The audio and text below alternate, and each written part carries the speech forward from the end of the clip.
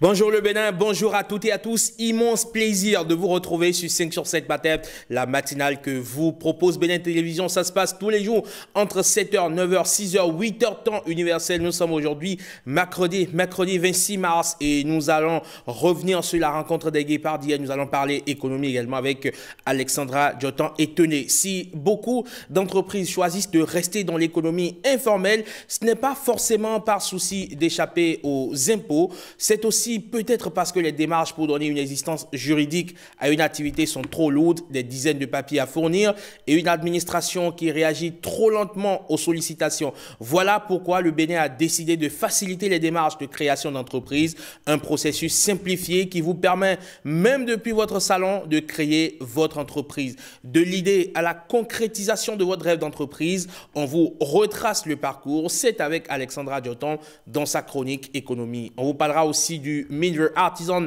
C'est une initiative qui vise à faire la promotion des artisans locaux, une forme d'apéro pour présenter les créations de nos artisans.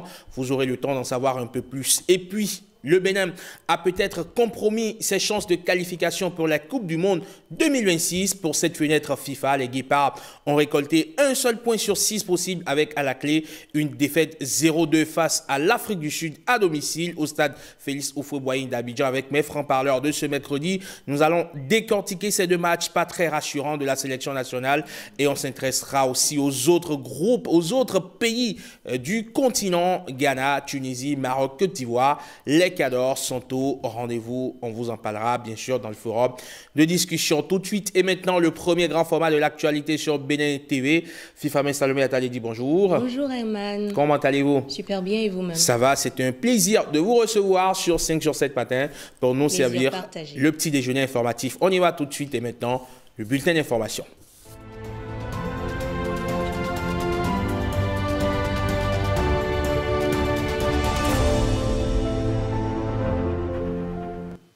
Chers téléspectateurs, bonjour et bienvenue à ce bulletin d'information. Commençons ce journal par cette actualité. La loi sur la chefferie traditionnelle suscite des polémiques.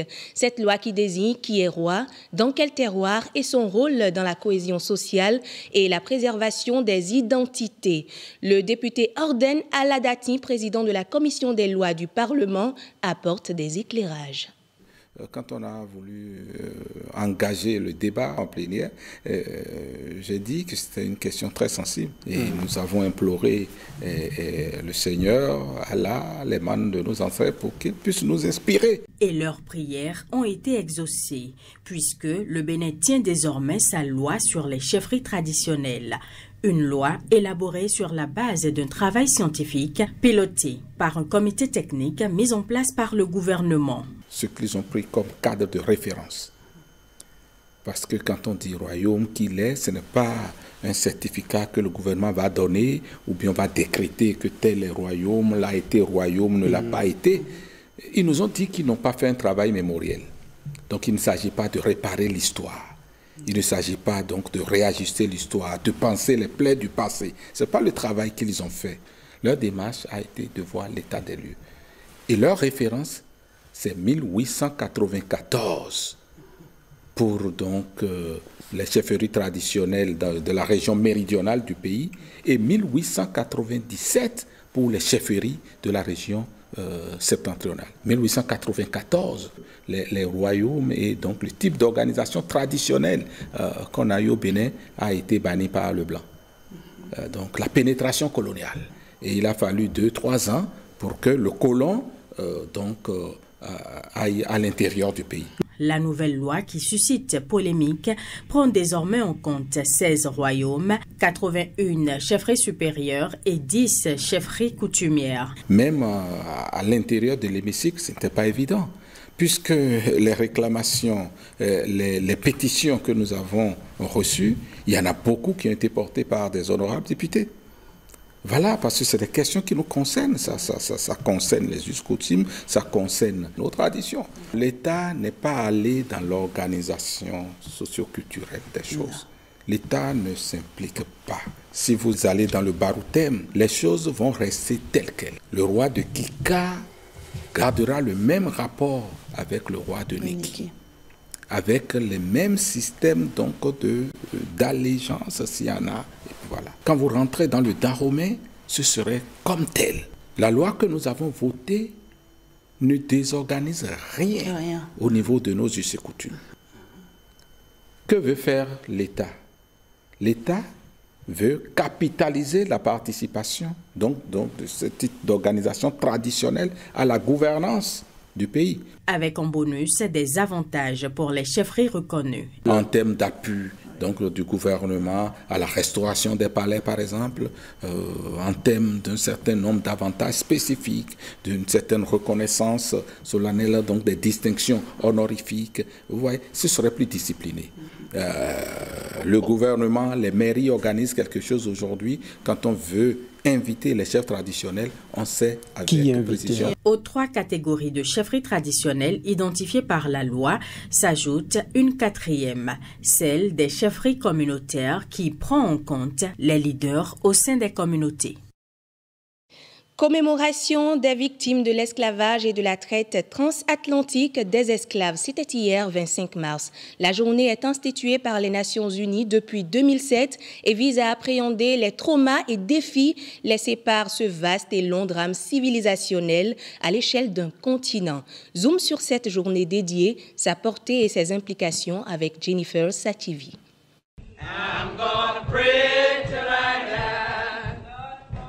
Pendant plus de 400 ans, plus de 15 millions de Noirs africains ont été victimes de la traite transatlantique.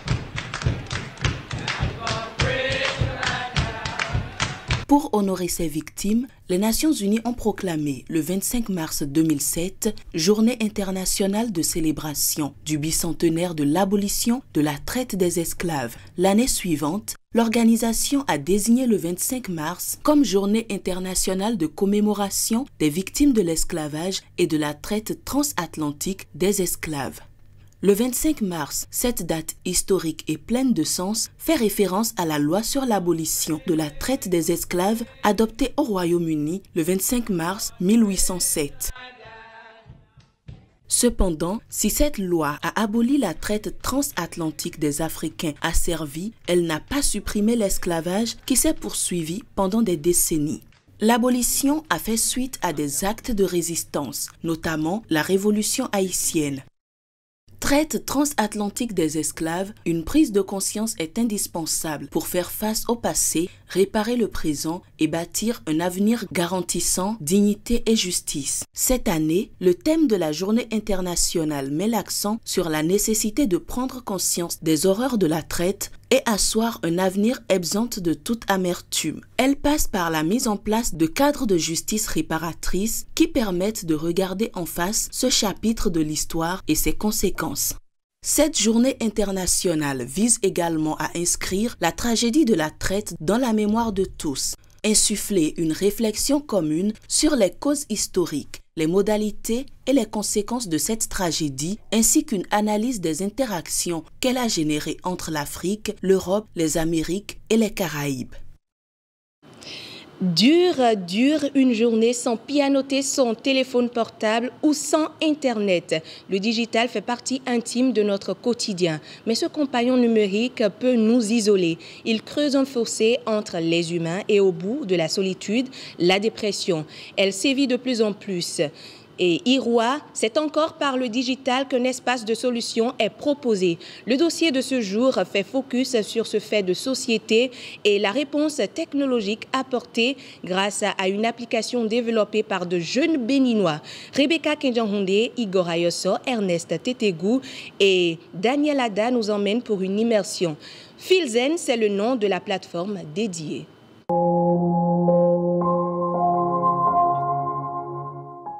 Des discussions virtuelles en lieu et place de conversations physiques, des problèmes familiaux exposés sur la toile et même des messages d'adieu publiés sous forme de lettres ouvertes sur les réseaux sociaux.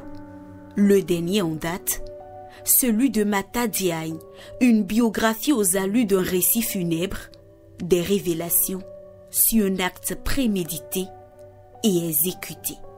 Je ne serai plus vivant quand vous lirez ce test. J'ai décidé de mourir dans la dignité plutôt que de vivre dans le déshonneur. Le cas de Mata Diagne n'est qu'un cas isolé au milieu de plusieurs autres. Le dénominateur commun, le plus souvent pointé du doigt, la dépression. Il faut commencer par penser à une fatigue inexpliquée et qui résiste. Vous vous sentez fatigué, vous prenez des remontants, vous vous reposez, mais ça ne passe pas. Il y a également des problèmes d'appétit qui peuvent s'installer. Il y a également des problèmes de sommeil qu'on rencontre la plupart du temps chez des personnes déprimées. Bref, l'ordre du système cognitif est touché et la plupart du temps, l'ultime solution pour certains reste le suicide.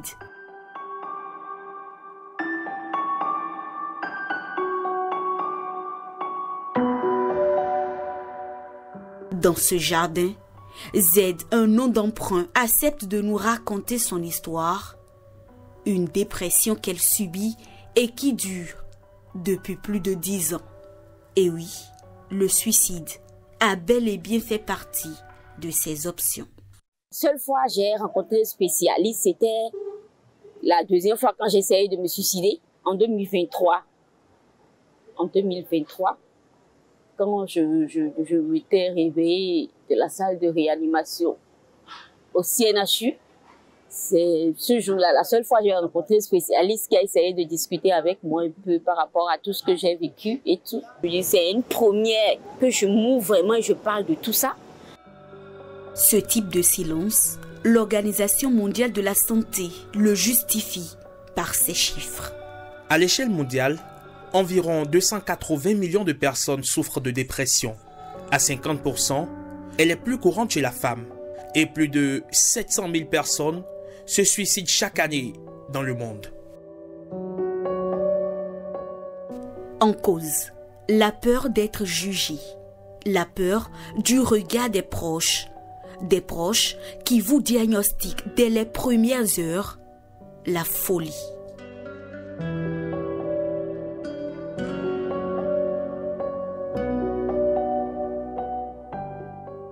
Ici au Bénin, au sein de cette start-up, un début de solution est élaboré. 5 jeunes passionnés par le développement web ont créé l'application Filzen. C'est une application mobile qui permet à toute personne sentant le besoin de parler, de s'exprimer, de se confier, de pouvoir parler et être écouté. Et surtout en tout anonymat et discrétion. En clair, une fois l'application Filzen téléchargée, l'utilisateur a la possibilité de discuter avec un particulier ou un professionnel de la santé mentale. Vous avez la possibilité d'avoir accès à une liste de personnes ressources ayant été validées par nous. Au préalable, nous avons effectué toutes les démarches nécessaires pour s'assurer de leur bonne moralité, de leur capacité à pouvoir apporter un plus aux utilisateurs de notre application.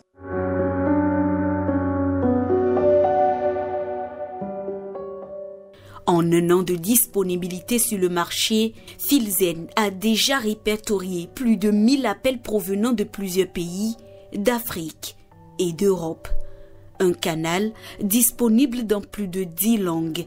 Ultime but, rapprocher les humains dans un univers non stigmatisant où le virtuel est au service du bien-être.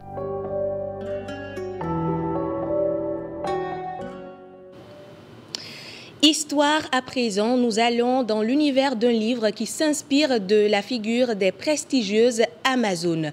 Un livre qui s'en inspire pour illustrer le portrait des braves figures féminines d'aujourd'hui. L'auteur Yves Barou, un polytechnicien, tombe en amour avec la photographie. Son ouvrage illustre d'hommage s'appelle « Les nouvelles Amazones du Bénin ». Arnaud Haddad a profité d'une soirée de distinction pour échanger avec l'auteur. Suivons son élément.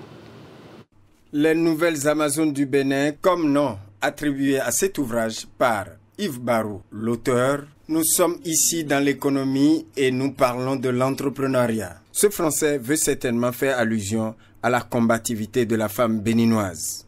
Le récit national sur les Amazones est très puissant. Il y a beaucoup de pays où il y a des récits nationaux comme ça, qui sont parfois des mensonges, parfois des choses plaquées, personne n'y croit.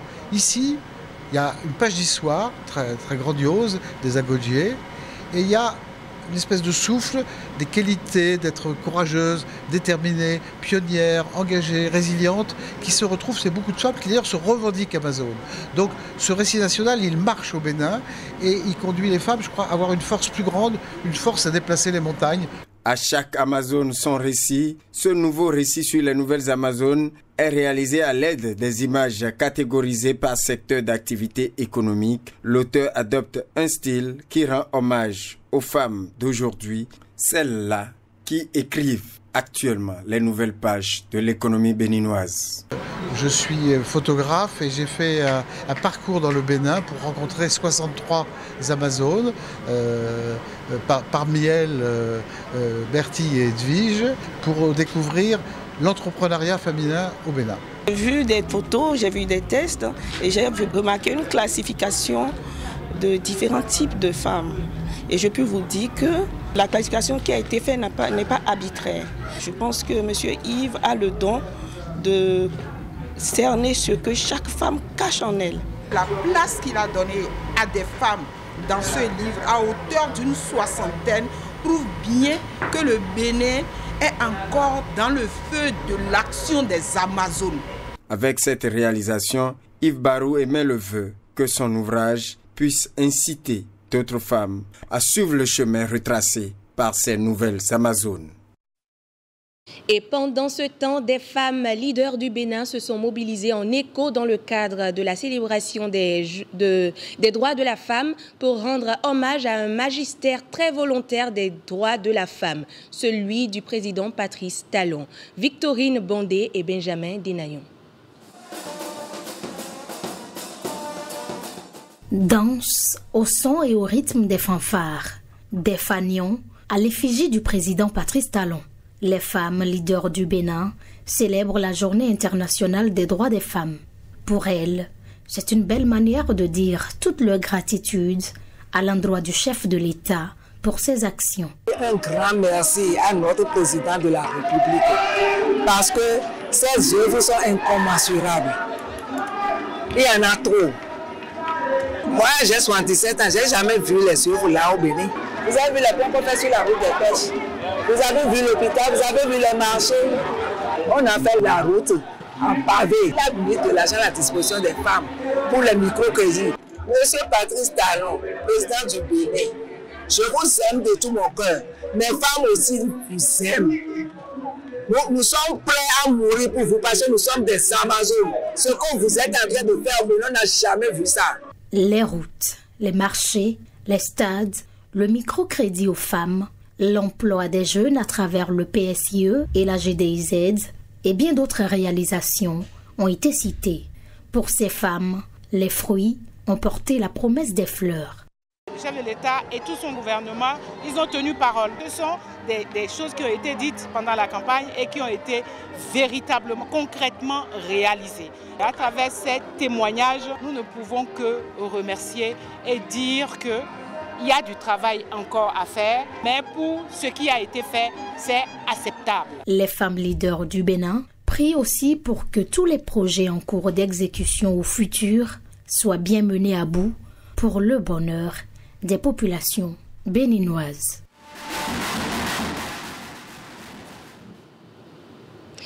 Et la Fondation Batonga bénéficie une fois de plus de la confiance du gouvernement. Son accord de siège a été renouvelé lundi 24 mars 2025. Une fondation qui œuvre pour donner des chances aux filles d'avoir un parcours d'études et d'insertion. L'accord de 5 ans obtenu par la Fondation va lui permettre de poursuivre ses actions. Ariane Da Silva et Simon Villon reviennent sur l'histoire d'une fondation qui impacte de nombreuses adolescentes et jeunes filles béninoises. La Fondation Batonga, une organisation à but non lucratif, créée en 2006 à Washington, aux États-Unis. Un projet porté par l'artiste internationale d'origine béninoise, Angélique Kidjo. Son but, œuvrer pour la transformation du potentiel des adolescentes et jeunes femmes en pouvoir. En 2006, c'était des bourses qu'on octroyait aux jeunes filles qui allaient à l'école. Mais en 2016, on a changé notre approche. Donc, le changement de cette approche-là nous a amené à instaurer en fait des programmes. Le premier de ces programmes, c'est le programme de leadership des adolescentes où nous accompagnons les adolescentes de 14 à 18 ans. Nous avons initié le second programme qui est le programme d'autonomisation économique des femmes. Ce n'est pas seulement l'argent qu'on leur apporte, on leur apporte aussi les formations nécessaires pour pouvoir gérer le peu d'argent. C'est de l'argent qu'on leur apporte, qui est un fonds de caisse qu'elles gèrent, qu'elles rentabilisent. Et à chaque fin d'année, elles partagent les bénéfices et elles se permettent même de pouvoir investir dans d'autres contrées, chez d'autres femmes. Et nous impactons presque 13 000 personnes dans ce Bénin. 13 000 personnes issues des départements du Zou, des collines et de la Takora. Entre la Fondation Batonga et le Bénin, c'est le parfait amour. Une histoire qui dure depuis plusieurs années. Une relation qui se renforce davantage à travers le renouvellement de son accord de siège. Des documents signés après un processus d'évaluation institutionnelle. Après la validation des dossiers soumis, les visites de terrain ont été effectuées dans les différentes localités d'intervention afin d'évaluer l'impact de vos interventions sur les populations béninoises. Vous êtes les partenaires essentiels du Bénin dans vos domaines d'intervention respectifs, dans votre expertise et vos capacités d'action. La Fondation Batonga n'est pas la seule structure à voir son accord de siège renouvelé. 4 autres organisations ont aussi, une fois de plus, bénéficié de la confiance de l'État béninois pour les 5 années à venir. Une autre actualité dans ce bulletin d'information, handicap, exclusion, manque de soins. Derrière ces réalités souvent ignorées, il y a des maladies qui frappent en silence. Les maladies tropicales négligées. Elles touchent des millions de personnes, mais restent largement méconnues. Nous vous emmenons sur le terrain de basket où Marcel, malgré un handicap causé par la poliomyélite, continue de vivre sa passion. C'est le dossier santé du jour proposé par Christelle Tongodo, Ramatou Lawani et Igor Ayosso. Sur ce terrain, le handicap n'existe plus. Seule l'intensité du jeu compte. Au milieu des passes et des tirs, Marcel se distingue par sa rapidité et sa précision. Pourtant, depuis l'âge de 2 ans, il vit avec une réalité bien différente. La poliomyélite l'a privé de l'usage de ses jambes, mais jamais de sa passion pour le basket. Et on essaie de faire le sport, on s'est adapté parce que ce n'est pas le handicap qui fera de nous un enfant de l'arrière-cour, ni un enfant dont la discrimination doit quand même être au quotidien, mais on essaie de s'adapter à notre situation. Comme Marcel, des milliers de personnes vivent avec des séquelles de maladies évitables. La poliomyélite est bien connue, mais d'autres maladies souvent ignorées causent elles aussi des handicaps lourds. C'est le cas des maladies tropicales négligées qui restent largement méconnues. En matière de maladies tropicales négligées, je ne sais pas grand-chose, peut-être l'ulcère de brûlé que j'ai à ma connaissance. La filariose, la lèpre ou encore l'ulcère de Buruli laissent chaque année des milliers de personnes avec des incapacités permanentes. Les conséquences, c'est le handicap que cela peut générer. Et quand la prise en charge n'est pas précoce, quand le dépistage n'est pas précoce, forcément, on va vers ce handicap-là. Les défis de prévention, c'est l'assainissement du milieu, mais c'est aussi faire le dépistage précoce. Mais au-delà de la prévention, la prise en charge reste un défi majeur. Et il faut que les élus locaux aussi puissent accompagner, et même si les centres de prise en charge ne viennent pas faire la sensibilisation, que les élus locaux puissent continuer cette sensibilisation au sein de la population pour que les pathologies soient reconnues au-delà du milieu qu'il faut assainir. En plus de ces maladies tropicales négligées, il y a d'autres pathologies qui pourraient se greffer à ces maladies tropicales négligées, et ces pathologies ne sont pas forcément prises en charge gratuitement, et c'est ça qui pèse aussi au niveau de ces centres de prise en charge, c'est ça qui pèse aussi dans la prise en charge pour le gouvernement. Le combat de Marcel dépasse sa propre histoire. Pour lui, peu importe l'origine du handicap, la vraie bataille est celle de l'inclusion. Dès que l'autre dit « vous êtes invalide, vous êtes incapable, vous n'avez pas de compétences », vous n'avez pas votre place ici, ça fait partie des regards comportementaux, des regards négatifs. C'est ça qui est plus ancré dans la population parce que ça vient des pesanteurs socio-culturels. Marcel en est convaincu. Que l'on souffre de poliomyélite ou d'une maladie tropicale négligée, le défi est le même. Être reconnu, être accepté, avoir sa place. La communauté n'a pas encore compris que la personne handicapée qui est dans votre communauté, dans votre milieu de vie, a aussi une place comme une personne non handicapée. La communauté doit encore mettre l'accent sur l'attention qu'il faut apporter aux personnes handicapées. Ce n'est pas de la pitié, mais c'est une reconnaissance de leurs droits parce qu'une personne handicapée est une personne qui a aussi les mêmes droits, les mêmes considérations qu'une personne non handicapée. Parce que ces maladies ne doivent plus être ignorées, il est temps d'agir. Courage donc à Marcel et à toutes les personnes qui se retrouvent dans cette condition. Le gouvernement souhaite mettre en place un cadre national de concertation de l'artisanat au Bénin. Il l'a décidé en Conseil des ministres le 12 mars dernier. L'idée est d'unir toutes les forces du secteur de l'artisanat afin de booster les performances du secteur. Les précisions de cette décision avec Rebecca Kenjanhoundé. L'artisanat, un domaine diversifié offrant de nombreuses opportunités d'emploi. En tant qu'un secteur ancré dans l'histoire du pays, l'artisanat béninois a le pouvoir de stimuler la croissance économique, de créer des emplois et de renforcer l'identité nationale. Dans cette dynamique, plusieurs leviers peuvent être actionnés pour maximiser ses contributions à l'économie béninoise. Et c'est tout l'intérêt de la mise en place du cadre national de concertation de l'artisanat au Bénin, décidé en Conseil des ministres le 12 mars dernier. L'idée est de mettre en symbiose toutes les parties impliquées dans l'exécution des champs d'intervention, dont l'apprentissage, la qualification des artisans, le renforcement de leurs capacités et la réorganisation des fêtières. Ce cadre va rassembler les acteurs institutionnels concernés, notamment les principaux représentants de structures sectorielles liées à l'artisanat, les représentants de la Chambre des métiers de l'artisanat du Bénin et des fêtières, des organisations professionnelles d'artisans. Il vient par ailleurs combler les insuffisances du Conseil supérieur de l'artisanat, créé en 1990, et s'inscrit dans la dynamique de réorganisation du secteur telle qu'engagée par le gouvernement depuis 2016. Une réorganisation qui tiendra compte des stratégies et actions de développement et de promotion au profit du secteur de l'artisanat afin d'améliorer efficacement la contribution de l'artisanat à la croissance économique du Bénin, un des objectifs majeurs du PAG 2021-2026.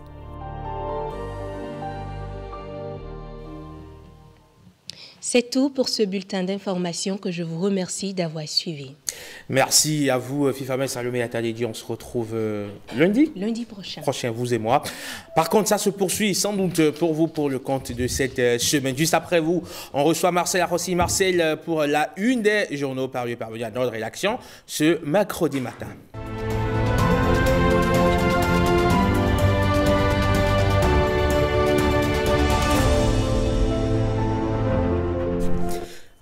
La revue des titres de Marcel Arrossi. Marcel, bonjour.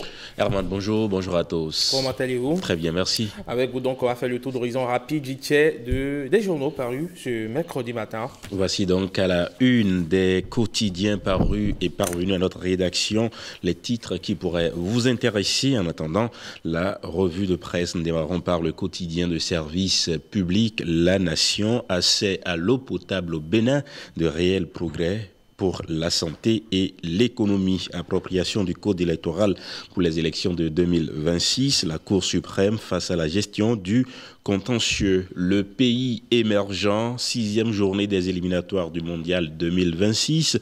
Le Bénin s'effondre face à l'Afrique du Sud, des guépards amorphes et le rêve s'éloigne peu à peu. Gaynot Rohr, un coaching sans repère et décevant. Marcel Danguinou, David Kiki, Jodel Dossou.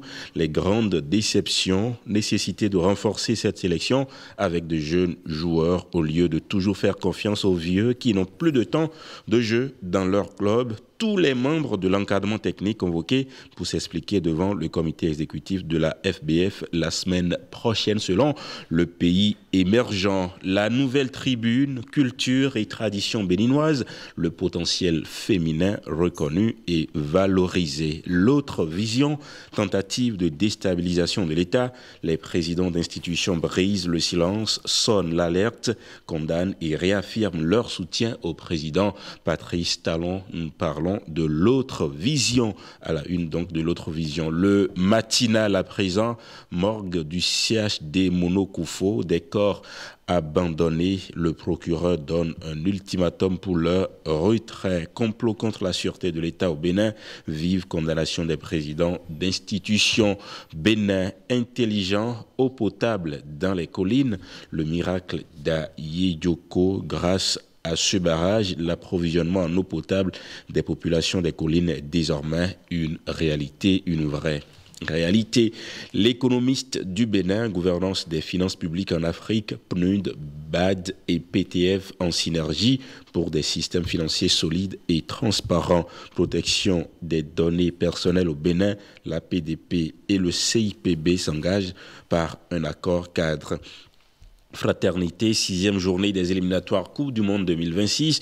Les Guépards domptés par les Bafana, les leçons d'un échec qui réduit les chances de qualification au mondial. Vague de chaleur ces dernières semaines au Bénin. Cotonou suffoque, un phénomène insoutenable pour les populations. Le confrère de la matinée, avènement du système partisan, une réforme qui rabat les cartes et annonce un malaise profond selon le confrère de la matinée. L'emblème du jour, ouverture de l'avant-dernière session ordinaire de la 9e législature. Les députés invités ce 10 avril à l'Assemblée nationale. Palmarès, indice de perception de la corruption 2024, le Bénin, nouveau modèle de gouvernance en Afrique de l'Ouest. Digitalisation des services fiscaux au Bénin, le dépôt des états financiers dématérialisés dès le 1er avril 2025. Wakatsira, médiation en RDC, Lourenço out, des femmes en renfort, la médiation ayant comme horreur du vide, creusé par le jet d'éponge de Huao Lourenço, le SADC et l'EAC ont immédiatement renforcé leur équipe de facilitateurs qui est passée de 2 à 5 avec l'entrée en scène de 2 femmes. C'est ainsi que les anciennes présidentes de la Centrafrique, Samba Panza, et de l'Éthiopie, Saleh Work Zewde, vont devoir solidement nouer le paille pour rejoindre le groupe. Le pays, depuis le Burkina Faso, élargissement du cadre de la médiation en RDC, seuls compteront les résultats. Le Parisien, un journaliste américain invité par erreur sur une boucle de la messagerie chiffrée Signal, a publié des captures d'écran de messages de hauts responsables de l'administration Trump, et Trump juge que les Européens sont des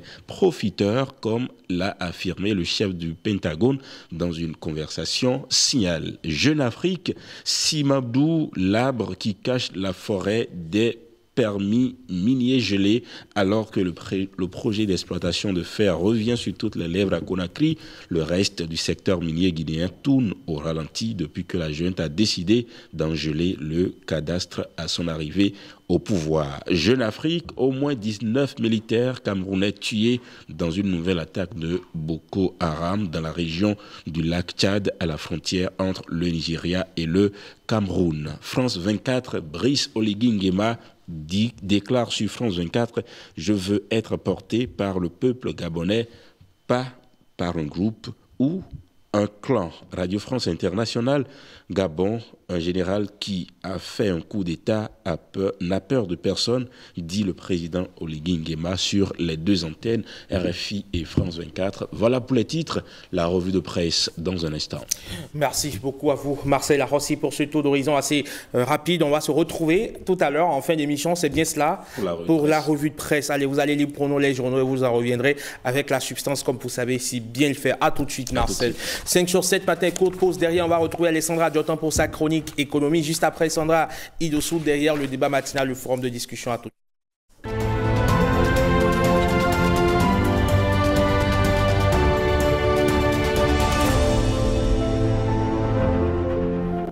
5 sur 7, bienvenue si vous venez à l'instant de nous rejoindre. Si beaucoup d'entreprises choisissent de rester dans l'économie informelle, ce n'est pas forcément par souci d'échapper aux impôts, c'est aussi peut-être parce que les démarches pour donner une existence juridique à une activité sont trop lourdes, des dizaines de papiers à fournir et une administration qui réagit trop lentement aux sollicitations. Voilà pourquoi le Bénin a décidé de faciliter la création d'entreprises, un processus simplifié qui vous permet même depuis votre salon de créer votre entreprise. De l'idée à la concrétisation de votre rêve d'entreprise, on vous retrace le parcours. C'est avec Alexandra Djoton dans sa chronique. Bonjour Alexandra. Bonjour mon ami Gant, bonjour chers téléspectateurs. Comment allez-vous? Je vais super bien, merci Amon.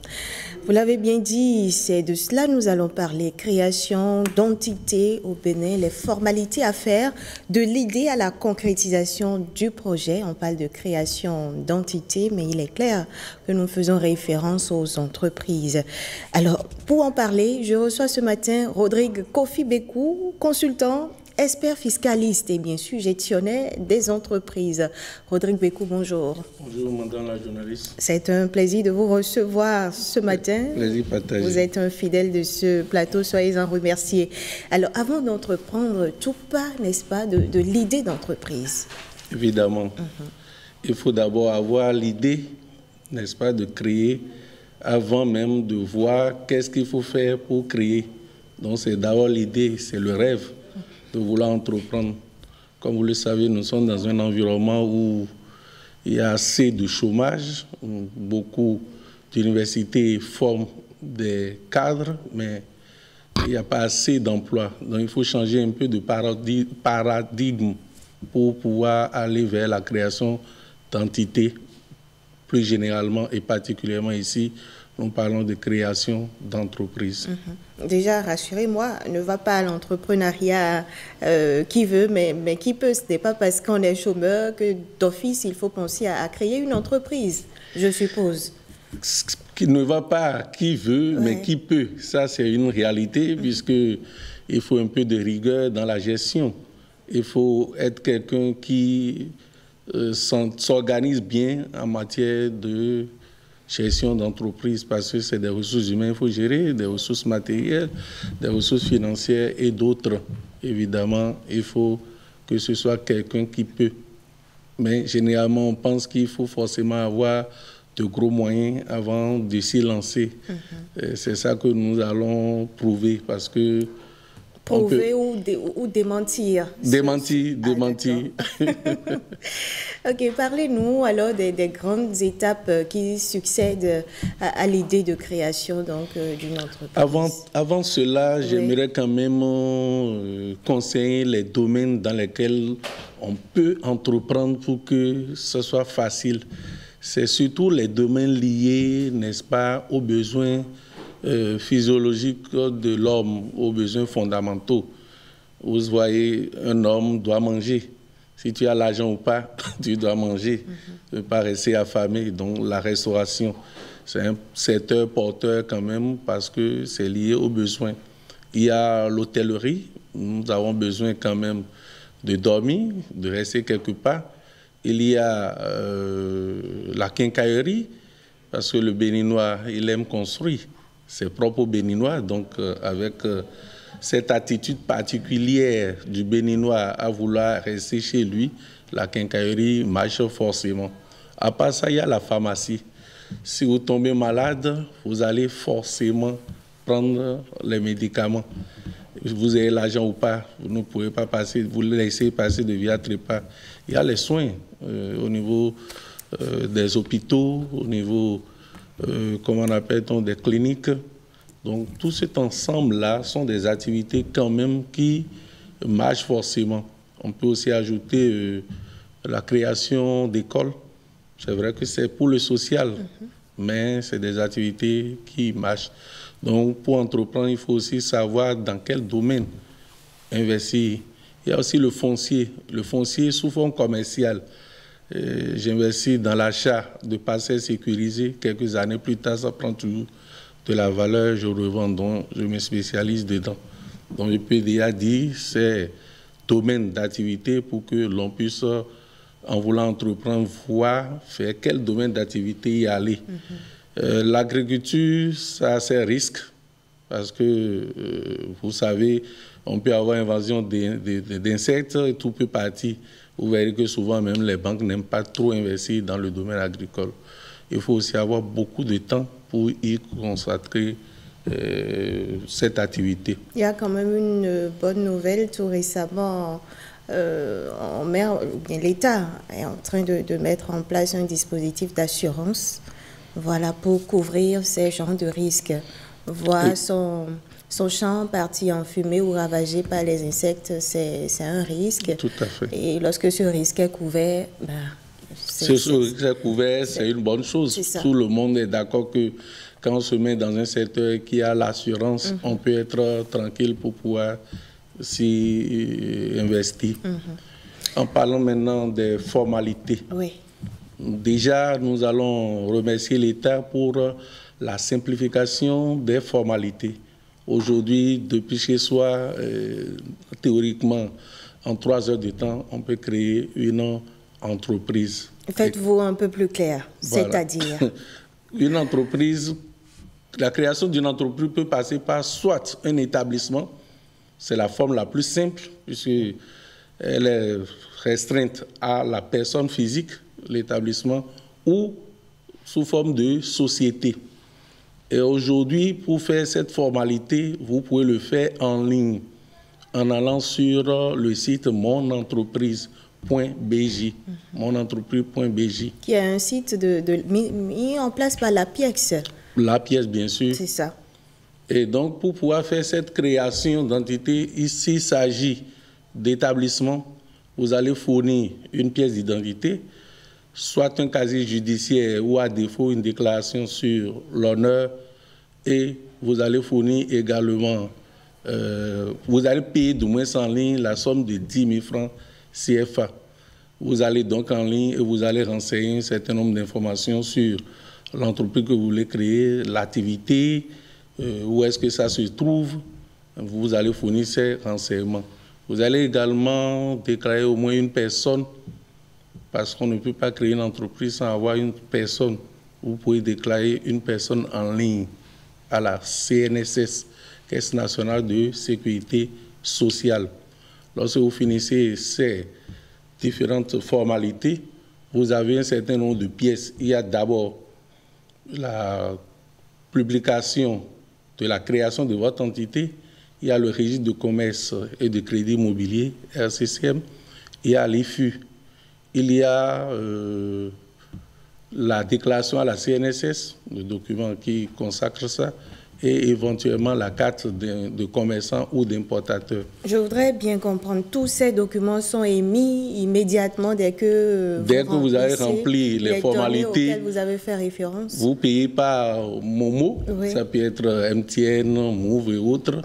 Les 10 000 francs si c'est un établissement. Et puis, théoriquement, en 3 heures, s'il n'y a pas de problème, vos informations, ces documents vous sont envoyés par mail et vous avez déjà votre entreprise créée. Et quand il s'agit d'une société ou lorsqu'il s'agit d'une société, qu'est-ce qui s'ajoute? Déjà, j'ai revu un peu en arrière pour dire pour l'établissement, l'immatriculation au registre de commerce, c'est à 5 000 francs et c'est la carte d'importateur ou carte de commerçant qui est à 5 000 francs qui donne les 10 000 francs. Pour ce qui concerne la société, c'est 17 000 francs CFA. L'immatriculation au registre de commerce, c'est à 12 000 et la carte de commerçant ou d'importateur 5 000 et le tout fait 17 000 francs CFA. Maintenant, qu'est-ce qui change au niveau des sociétés? Au niveau des sociétés, il faut déjà avoir les statuts. Et pour ce qui concerne les statuts, vous avez 2 possibilités. Si vous prenez les différentes sociétés, à part les sociétés anonymes, vous pouvez faire des statuts, vous pouvez prendre des statuts type en ligne qui sont au niveau donc, de mon entreprise, au niveau du site donc, de la pièce, pour pouvoir faire le travail. Maintenant, si c'est une SA, vous devez faire forcément un acte notarié pour ce qui concerne les statuts. Pour le reste, vous pouvez faire un acte sous signe privé. On n'a pas besoin de faire un acte forcément auprès du notaire. Quand il dit les autres, il y a les salles, les SAS et autres. Mais à part les SA, vous pouvez le faire sans cette formalité. Et la même démarche, la même procédure. C'est vrai que si vous avez également, lors de la création, vous apportez plus de 5 millions en apport en nature, il faut l'évaluation d'un commissaire aux apports, un expert comptable. Et si c'est moins que ça, vous n'en avez pas besoin. Et de l'autre côté aussi, si vous avez des numéraires, il faut faire un versement à la banque pour pouvoir avoir le reçu de versement qu'il faut scanner et joindre à la liste des pièces. Au niveau des pièces, c'est pratiquement les mêmes pièces. Et comment on appelle-t-on, casier judiciaire ou déclaration sur l'honneur des différents associés, les pièces que j'ai citées précédemment, et vous faites la formalité en ligne. Et quelques heures après, vous avez vos documents dans votre mail. Alors, on l'a bien compris, un établissement, c'est une entreprise individuelle. Voilà, c'est une forme d'entreprise individuelle. Vous avez fait référence à la SA, à la SARL, à la SAS. Cela m'amène à vous demander quels sont les types d'entités qu'on peut créer au Bénin. Et on voudrait mieux comprendre ces expressions-là que vous employez sous forme de sigles. Quand est-ce qu'il faut créer une SAS ou une SA ou une SARL? Je ne sais pas, allez-y. Évidemment. Et lorsque vous parlez d'entités, il y a les entreprises individuelles et les entreprises sociétaires. Entreprises individuelles, comme je l'ai dit, c'est sous forme d'établissement. C'est la forme unique, ça. Et c'est un peu confondu à la personne physique. Le reste, c'est des sociétés. Et en parlant de sociétés, nous avons les sociétés anonymes. Comme le mot le dit, le capital est ouvert à tout le monde. D'autres peuvent venir acheter des actions. On peut également les vendre à tout moment. Et la responsabilité de ces actionnaires est limitée à leur apport, à leur capital. Quand vous parlez de SARL, c'est une forme un peu plus simplifiée de la société anonyme. Là, la responsabilité également est limitée, puisque le mot le dit, responsabilité limitée. Mais on n'a pas besoin de grandes formalités par rapport à une SA, où il faut aller, il y a le risque, puisqu'il y a l'anonymat. Les gens ont amené leurs capitaux, il ne faut pas que ça disparaisse. Donc, il faut faire une formalité au niveau du notaire. Mais pour une SARL, société à responsabilité limitée, on n'a pas besoin. Il y a aussi des sociétés à action simplifiée. Il faut dire qu'une SARL, pour la constituer, il faudrait mobiliser 1 million comme capital. Pour la SA, 10 non, millions. Justement. Allons-y avec les plafonds aussi. Au niveau d'abord de l'acte uniforme des 17 États, il est précisé que pour constituer une SARL, il faut un capital minimum de 1 million de francs CFA au niveau de l'acte uniforme. Mais le Bénin a levé ce verrou pour faciliter toujours la tâche aux entrepreneurs. Aucun minimum n'est fixé si vous voulez créer votre SARL. Vous pouvez créer au Bénin aujourd'hui une société à responsabilité limitée avec 100 000 francs CFA. Par contre, au niveau des SA, il faut un minimum de 10 millions. Ça là, ce n'est pas levé. Et comme je vous le dis, c'est plus de responsabilité au niveau des sociétés anonymes. Il faut avoir des commissaires aux comptes obligatoires, alors qu'au niveau des SARL, il faut un seuil de ressources, un seuil total de bilan avant d'avoir recours, n'est-ce pas, au commissaire aux comptes. Donc c'est la forme simplifiée et l'autre, c'est la forme la plus compliquée, si je puis ainsi dire. On va poursuivre en citant. Après, j'ai dit les SA, après nous avons les SARL, on a également les sociétés en non collectif.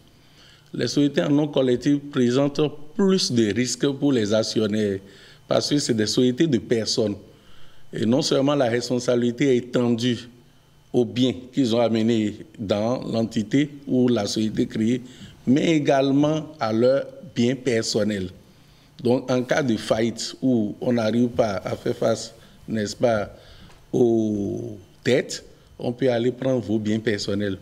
Et la responsabilité est encore solidaire où si quelqu'un parmi vous a beaucoup et le second n'en a pas, on peut tout prendre chez le premier, histoire qu'il se retourne vis-à-vis de l'autre pour prendre. Donc voilà la complication là. Il y a aussi les sociétés, comment on appelle, en commandite simple. Donc ce n'est pas une forme assez répandue au Bénin, parce que souvent quand vous circulez, vous voyez ce qu'il y a, vous verrez plus les SA et les salles pour nos réalités. Ouais. Mais de façon générale, voilà un peu ce qu'on peut avoir dans les différents types de sociétés qu'on peut créer. Alors, Rodrigue Bekou, quand on est débutant, qu'on veut se hasarder dans ce marigot-là, quel type d'entreprise il est recommandé de créer au départ? Au départ, si vous n'êtes pas encore grand, vous n'avez pas beaucoup de capital, je vous conseille de créer un établissement. Parce que sur le plan fiscal, l'impôt est simplifié, c'est la TPS, c'est 5% de ton chiffre d'affaires. Tu n'as pas trop de justification à chercher, tu n'as pas trop de formalités à faire, et je pense que c'est plus simple. Il faut commencer quelque part. Et quand tu vas commencer par grandir en ce moment, tu peux créer maintenant. Et je rappelle que l'établissement, on ne peut créer un seul établissement toute sa vie en tant qu'individu. Mais tu peux créer plusieurs sociétés. Être actionnaire dans plusieurs sociétés. Bien sûr, et toi-même, seul, même, tu peux créer plusieurs sociétés. Mais l'établissement, c'est unique. Une seule fois que tu peux créer toute ta vie. Maintenant, si vous êtes nombreux, que vous avez beaucoup de capitaux, c'est conseillé de créer les sociétés. Et là, je conseille la salle d'abord. Et au cas où ce serait encore très grand, qu'on puisse aller vers les SA. Donc, progressivement et graduellement, c'est comme ça que je peux conseiller les gens. De l'idée d'entreprise, nous sommes passés directement aux formalités à remplir, mais je pense quand même qu'il y a des étapes intermédiaires, n'est-ce pas? Il faut faire une étude de marché, il faut faire plusieurs choses. Tout à fait. N'est-ce pas? Tout à fait. Donc, je pense quand même qu'on ne se lance pas dans une activité sans faire un certain nombre d'études. Il y a l'étude de l'environnement, il y a l'étude du marché, il y a également l'étude financière, l'étude de rentabilité du projet, pour voir si ce projet-là, c'est rentable avant de s'y lancer. Et quand le produit est rentable, on peut recourir à un fonds propre si on en a, ou on peut solliciter la banque. La banque finance toujours des projets rentables qui ont des garanties. Donc, sans faire des études préalables, vous ne pouvez pas vous lancer dans une activité. Vous risquez d'être surpris. Donc, à travers les chiffres du secteur, vous pouvez prendre des renseignements pour pouvoir voir si ce projet que vous avez là, elle est rentable ou pas. À travers un certain nombre de ratios qu'on calcule. C'est purement de l'analyse financière. C'est les recettes annuelles nettes, les valeurs annuelles actualisées et les résultats et des indices de profitabilité que l'on calcule pour pouvoir apprécier. C'est assez de termes techniques, cela sous-entend qu'il faut c'est bien technique, il faut aller vers un professionnel pour pouvoir faire un business plan pour pouvoir démarrer. Alors, pourquoi choisir officialiser son entité et ne pas plutôt évoluer dans l'informel? Est-ce qu'il y a un intérêt particulier, des avantages particuliers? Comme j'ai souvent l'habitude de le dire, nous sommes dans un système déclaratif. Si tu es dans le formel et tu as déclaré le peu, tu vas payer l'impôt, le juste impôt. Mais si tu ne le fais pas et que le fisc passe, ils vont t'envoyer ce qu'on appelle rappel d'obligation, c'est les 3 dernières années. Et là, si tu n'y arrives pas, on fait une estimation. Et l'estimation qu'on me fait ne m'arrange pas forcément, puisque le fisc va quand même vouloir avoir assez de ressources. Donc, je conseille vivement aux gens de rester dans le formel, de déclarer leur impôt et de payer le juste impôt plutôt que d'attendre que le fisc vienne faire une évaluation qui ne les arrangera pas. Et quand on te prend également, il y a les amendes, pénalités et tout ce qui suit. Les intérêts sont-ils liés forcément au seul aspect fiscal? Il y a l'aspect fiscal maintenant. Il y a également, pour prendre certains marchés, si tu n'es pas formel, tu ne peux pas, surtout marcher au niveau de l'État. Et il y a également des consultations internationales que tu peux solliciter. On va vouloir vérifier si tu ajoutes vis-à-vis du fisc. Donc il y a ces contraintes-là aussi qui vous amènent à vous formaliser obligatoirement. Parlons justement du fisc. La remarque est qu'il y a de ces entreprises qui naissent et connaissent quelques années d'inactivité. Je ne sais pas, peut-être que l'entrepreneur n'était suffisamment pas prêt avant de se hasarder à faire les formalités. Son entreprise est créée, mais bon, il y a 1 an, 2 ans, 3 ans d'inactivité. Et plus tard, ils décident de reprendre le cours normal des choses. Oui. Alors, l'inquiétude, souvent, c'est, voilà, mon ardoise fiscale doit être suffisamment lourde. Faut-il que j'annule la première entité que je ne fonctionne plus avec et que je crée une nouvelle? Qu'est-ce qui se passe souvent? L'État a réglé cette question. Déjà, les premières années d'exercice, quand vous êtes établissement, vous êtes exonéré de la TPS sur 12 mois. Et quand vous êtes société, vous êtes exonéré de la patente pour la première année également.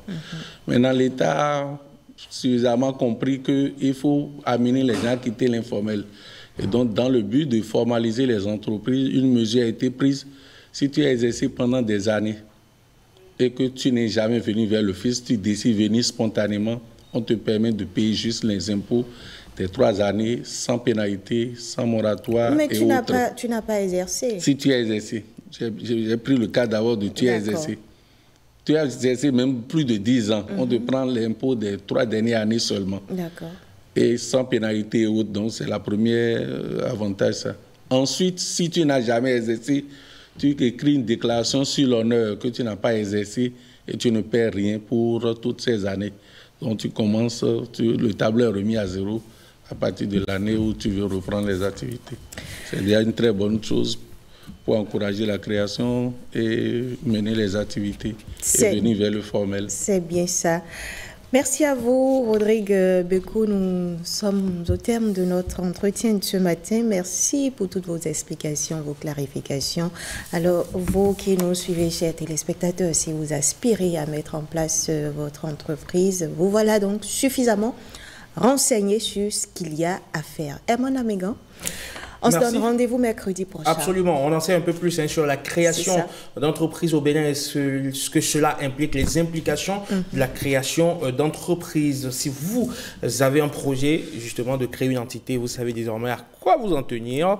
Et puis, vous savez les responsabilités qui vous incombent. Merci Alexandra, merci Rodrigue. Merci. Au plaisir de vous retrouver très prochainement. Merci. Par ici, je suis 5 sur 7. Maintenant, on va marquer une courte pause. Derrière, on va retrouver Sandra Idossou. Elle, c'est déjà une entrepreneure accomplie. Est-ce qu'elle a une salle, une SA ou un établissement? On va lui demander, mais je mise plus sur une SA parce que son entreprise c'est très grand. Hein. Allez, on va lui demander tout à l'heure et derrière il y aura le forum de discussion, le débat matinal. On parle sport, on parle des guépards. Ont-ils manqué le coach? Ont-ils mal négocié un virage qui semblait quand même très important pour eux? Ont-ils dit adieu au rêve du mondial tout simplement? C'est ce que je vais demander à mes francs-parleurs de ce mercredi. À tout de suite.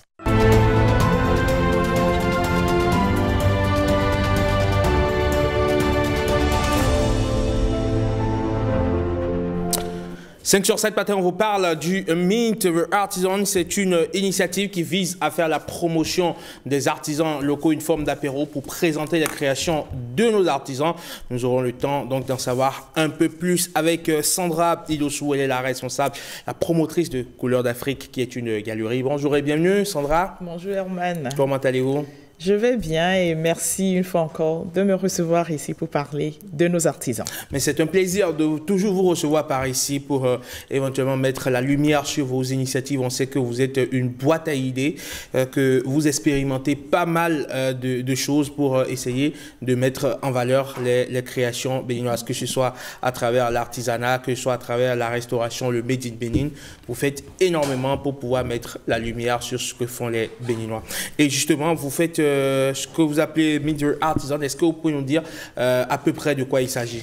Alors, nous avons lancé cette initiative il y a quelques mois. L'objectif pour nous, c'était d'amener nos artisans à rencontrer leurs clients. Nos artisans proposent de très bons produits, mais malheureusement, quand ils ne sont pas en contact avec les clients ou quand ils sont dans leur quartier, ils n'ont pas forcément accès à de gros marchés. Donc, on a initié ces rendez-vous mensuels. Donc, je le précise, c'est tous les derniers jeudis du mois.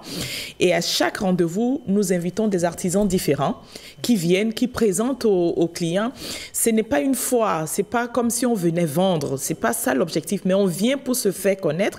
Et donc, nous avons commencé, comme tu viens de le dire, on avait testé, on voulait savoir comment ça allait prendre. Et puis, Malheureusement ou heureusement, ça a bien pris et donc on a beaucoup d'artisans qui nous contactent et nous offrons notre galerie, parfois nous offrons le trottoir parce qu'on n'a pas de l'espace et chaque mois, nous avons un plaisir fou à montrer l'innovation de nos artisans, à montrer la créativité de ce qu'ils font et justement à convaincre les clients béninois que localement, nous avons de très belles choses, de très bons produits. Justement, j'allais vous demander la réception de vos clients, de ce qu'ils voient sur place. Qu'est-ce qu'ils en pensent? Alors, je dirais le premier commentaire ou le commentaire le plus courant que nous recevons, c'est « Ah tiens, je ne savais pas qu'on pouvait avoir ça au Bénin.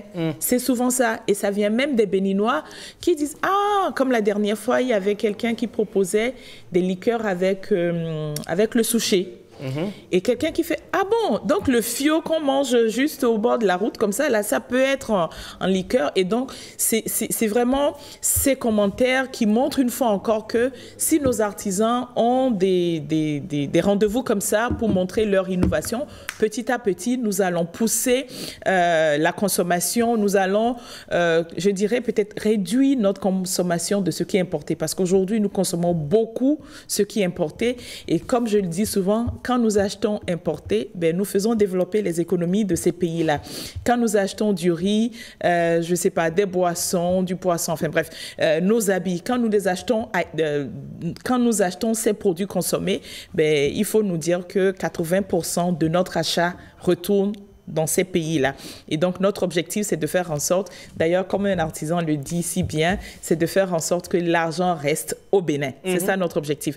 Quand j'achète quelque chose, je veux être sûr que tout ce que j'investis dans mon achat reste au Bénin, mais ne retourne pas en Chine ou à Dubaï ou en Europe. Alors, de façon concrète, comment est-ce que ça se passe?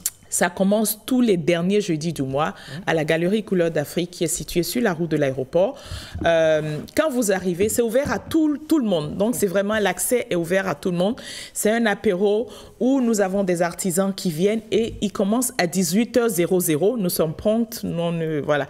18h00 et nous finissons à 21h. C'est un apéro, c'est un after-work. Et donc, quand vous sortez du boulot, vous passez par là, vous rencontrez les clients, vous achetez, vous dégustez, vous créez aussi de networking et donc c'est ouvert à tout le monde. Il y a une ambiance DJ et nous voulons aussi montrer que l'artisanat peut être chic parce que souvent quand on parle de l'artisanat, on a l'impression que bon, c'est des choses bana, enfin pas de très bonne qualité et donc nous sélectionnons pas très raffiné et donc nous sélectionnons des artisans qui travaillent bien, qui ont une finition, je dirais, qui respectent un peu des normes et des standards. Et c'est des très, très bons échanges parce que les artisans sont heureux. La dernière fois, il y a un artisan qui m'a dit, « Madame, vous savez quoi?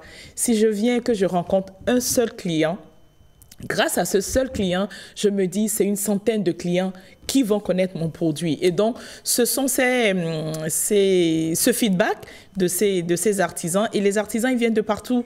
La dernière fois, il y en a eu un qui est venu de Djougou, il y a un qui est venu de Parakou, il y a un qui est venu d'Avrankou. Donc, nous essayons vraiment de dire que l'artisanat, c'est pas seulement ce que nous voyons dans Cotonou. Et donc, nous essayons de faire venir dans les régions. Dans le Bénin, qui font pas mal de choses. Et donc, d'ailleurs, je profite, si vous êtes artisan, si vous créez quelque chose qui est bien fait et que vous avez envie de faire connaître vos produits, contactez-nous. Nous sommes sur les réseaux sociaux, que ce soit Facebook, TikTok, LinkedIn, Twitter, Instagram. Contactez-nous, envoyez-nous les images de vos produits. En même temps aussi, les artisans, ce n'est pas forcément ce qu'il y a de plus familier avec les réseaux sociaux.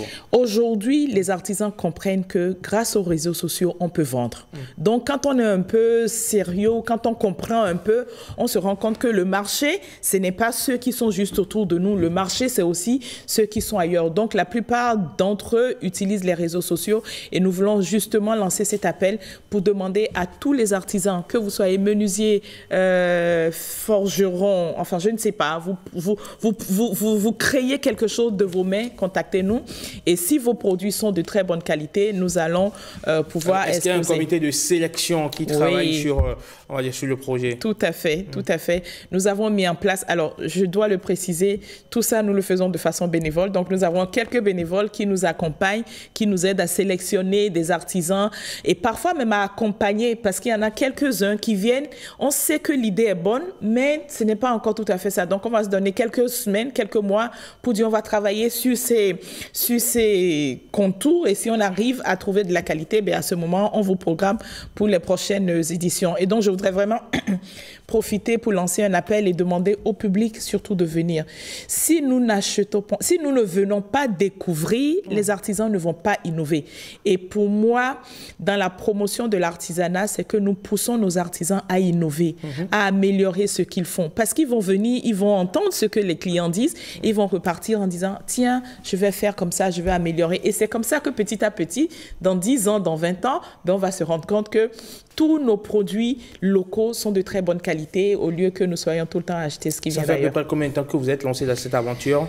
On avait d'abord commencé par les apéros de dégustation pour le mois du consommant local. On a fait ça ça fait 4 ans que tous les mois d'octobre, nous organisons des apéros et on s'est rendu compte qu'on ne pouvait pas nous arrêter juste au mois d'octobre parce que le consommant local, c'est tout le mois, enfin c'est toute l'année. Donc on s'est dit, il faut trouver une occasion de continuer ces apéros et donc du coup, ça fait plus d'1 an que nous nous sommes lancés. C'est pas très simple parce que nous avons beaucoup de défis au niveau de la logistique, trouver un espace pour accueillir du monde. Comme je disais tantôt, nous sommes dépassés un peu par le succès de ces rendez-vous. Donc, c'est pas toujours évident d'avoir de l'espace. Bon, là, le mois dernier, comme le boulevard était en travaux, on a pu nous installer sur le boulevard parce que c'était bloqué et c'était une belle ambiance d'être sur le boulevard bloqué, mais petit à petit, l'espace devient exigu et donc c'est pas toujours très simple de pouvoir accommoder, surtout qu'on a beaucoup de demandes. Et donc, on aimerait vraiment... Est-ce que en quelques mois, vous avez pu fabriquer des champions, des gens qui, grâce à vous, ont réussi à s'ouvrir sur une très grande clientèle? Alors, j'ai des messages. Si j'avais le temps, je vous aurais lu ça. Il y a un monsieur qui nous a écrit la semaine dernière, qui est en France, qui était venu et qui a acheté des produits d'ici. Et il nous a envoyé une photo avec un joli message, j'aurais aimé vous le lire, qui dit « Tous les jours, dans son bureau, il voit ces objets du Bénin et il pense au Bénin, il pense à la résilience des Béninois, il pense à l'artisanat. » Et c'est un message qui nous motive parce qu'on se dit toutes ces petites actions.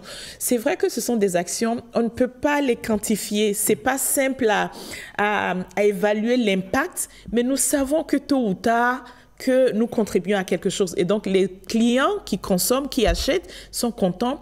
Mais nous avons aussi des artisans. Il y a un artisan d'Abomey qui nous a fait un message la semaine dernière qui nous a dit qu'il était venu il y a 5 mois. Et la semaine dernière, un client l'a contacté grâce à ce apéro-là. Donc, on sait que petit à petit, tous ces artisans-là, ils vont avoir plus de marché. Et donc, c'est un vrai plaisir. Et c'est d'ailleurs ce qui nous motive. Parce que même si parfois on se demande, mais pourquoi on fait ça? Pourtant, il y a un ministère qui est censé faire ça. Pourquoi on devrait le faire à leur place? Mais on se dit, on doit tous, d'une manière ou d'une autre, contribuer à l'essor de notre artisanat et à l'essor surtout du consommant local. On rappelle le rendez-vous de demain, vite fait, Sandra. Demain, jeudi, à 18h, à la galerie Couleurs d'Afrique. Donc, Couleurs d'Afrique, c'est juste sur la route de l'aéroport. Vous dépassez Bruxelles Airlines et c'est juste à l'angle de rue. Vous venez 18h à 21h. Tout à l'heure. Pour faire la publicité pour une compagnie. Pardon. Allez, qui gagne déjà suffisamment d'argent, qui n'a pas besoin de pub sur Bénin TV. Merci Sandra. Désolé. Merci Herman. On se retrouve prochainement. Et à demain. On se retrouve déjà demain sur Meet Your Artisan, c'est à partir de 18h. Donc 17h temps universel. Vous passez une excellente journée du mercredi. Merci infiniment. Et à très très bientôt. Vous venez quand vous voulez. C'est chez vous. Vous le savez. Merci, vous êtes gentil. 5 sur 7 matin, allez, il est l'heure à présent d'installer le débat matinal, le forum de discussion avec des francs-parleurs triés sur le volet pour débattre autour du sport. Nous allons parler de la performance des Guépards. Ont-ils volé en éclats leur rêve? Leur rêve du mondial a-t-il volé en éclats au détour de ces 5e et 6e journées des éliminatoires? C'est ce que nous allons leur demander. À tout de suite.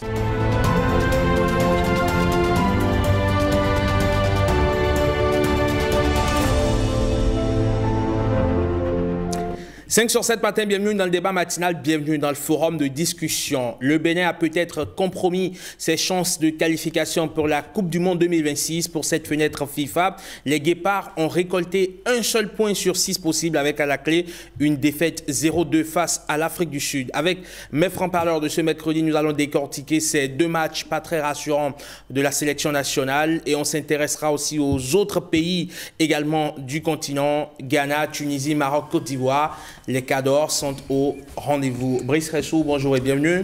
Bonjour à toutes et à tous, bonjour Emma. Merci d'être venu sur 5 sur 7 matin apporter votre lecture, on va dire, de ces 2 journées FIFA pour le compte des éliminatoires du Mondial 2026. Habib Ishola Aruna, commentateur pour A+ Bénin, bonjour et bienvenue. Bonjour Emma, bonjour à toutes et à tous. Merci d'avoir répondu également à notre invitation. Et juste à côté de vous, Elvis Horace Marie Ressou, bonjour et bienvenue. Vous êtes journaliste, chroniqueur sportif, polémiste. Bonjour et bienvenue. Bonjour Emmanuel, bonjour tout le monde. Très heureux de vous retrouver sur 5 sur 7 matin. Mais ça fait un moment qu'on ne nous a pas eu sur 5 sur 7 matin. Et pour les gens qui se demandent, ça fait 2 Jesus sur le plateau, oui. Voilà, c'est les frères. Il y a Ils un adorent qui est tous en le trop. foot.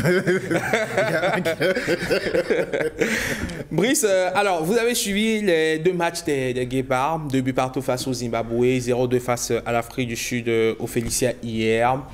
Au terme de ces 2 rencontres, qu'est-ce que vous avez comme sensation, comme sentiment? J'ai envie de dire que c'était un non-match.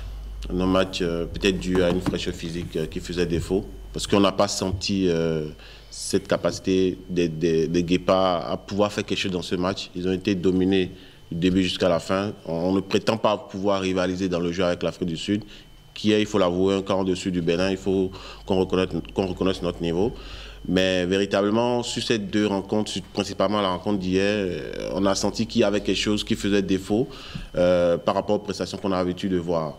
On peut se permettre de croire que c'était la fraîcheur physique qui était pas au rendez-vous, vu les longs voyages qu'ils ont eu à faire. Ce n'est pas des excuses, mais c'est des éléments qui peuvent peser lourd dans la prestation des joueurs sur le terrain. Parce que jouer un match jeudi et faire ce long trajet, ne pas avoir le temps de récupérer, ça peut être un facteur qui peut justifier, j'ai envie de dire, la performance des Guépards. Maintenant, quand on regarde le contenu du match, il y a certaines choses qu'on n'a pas comprises parce que on se rend compte que les Béninois étaient là pour ne pas perdre le match. Ils n'avaient pas l'esprit de gagner ce match. Ils étaient plutôt en place pour essayer de contenir les Sud-Africains et ne pas derrière perdre le match. Mais au finish, avec les erreurs du gardien et de la défense, on s'est pris 2 buts.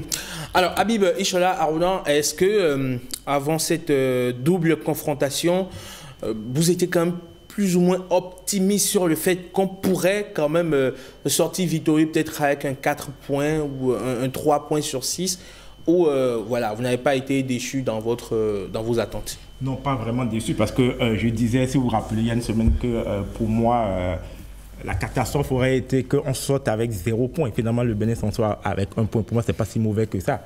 Parce qu'en fait, si on enlève ce point, c'est qu'on serait derrière le Nigeria. Donc, d'un point de vue, si vous voulez, sur d'autres aspects, il y a des choses à dire, mais pour moi, quand je regarde dans l'absolu, quand je me réveille ce matin, je regarde que dans son groupe, le Bénin est 2e.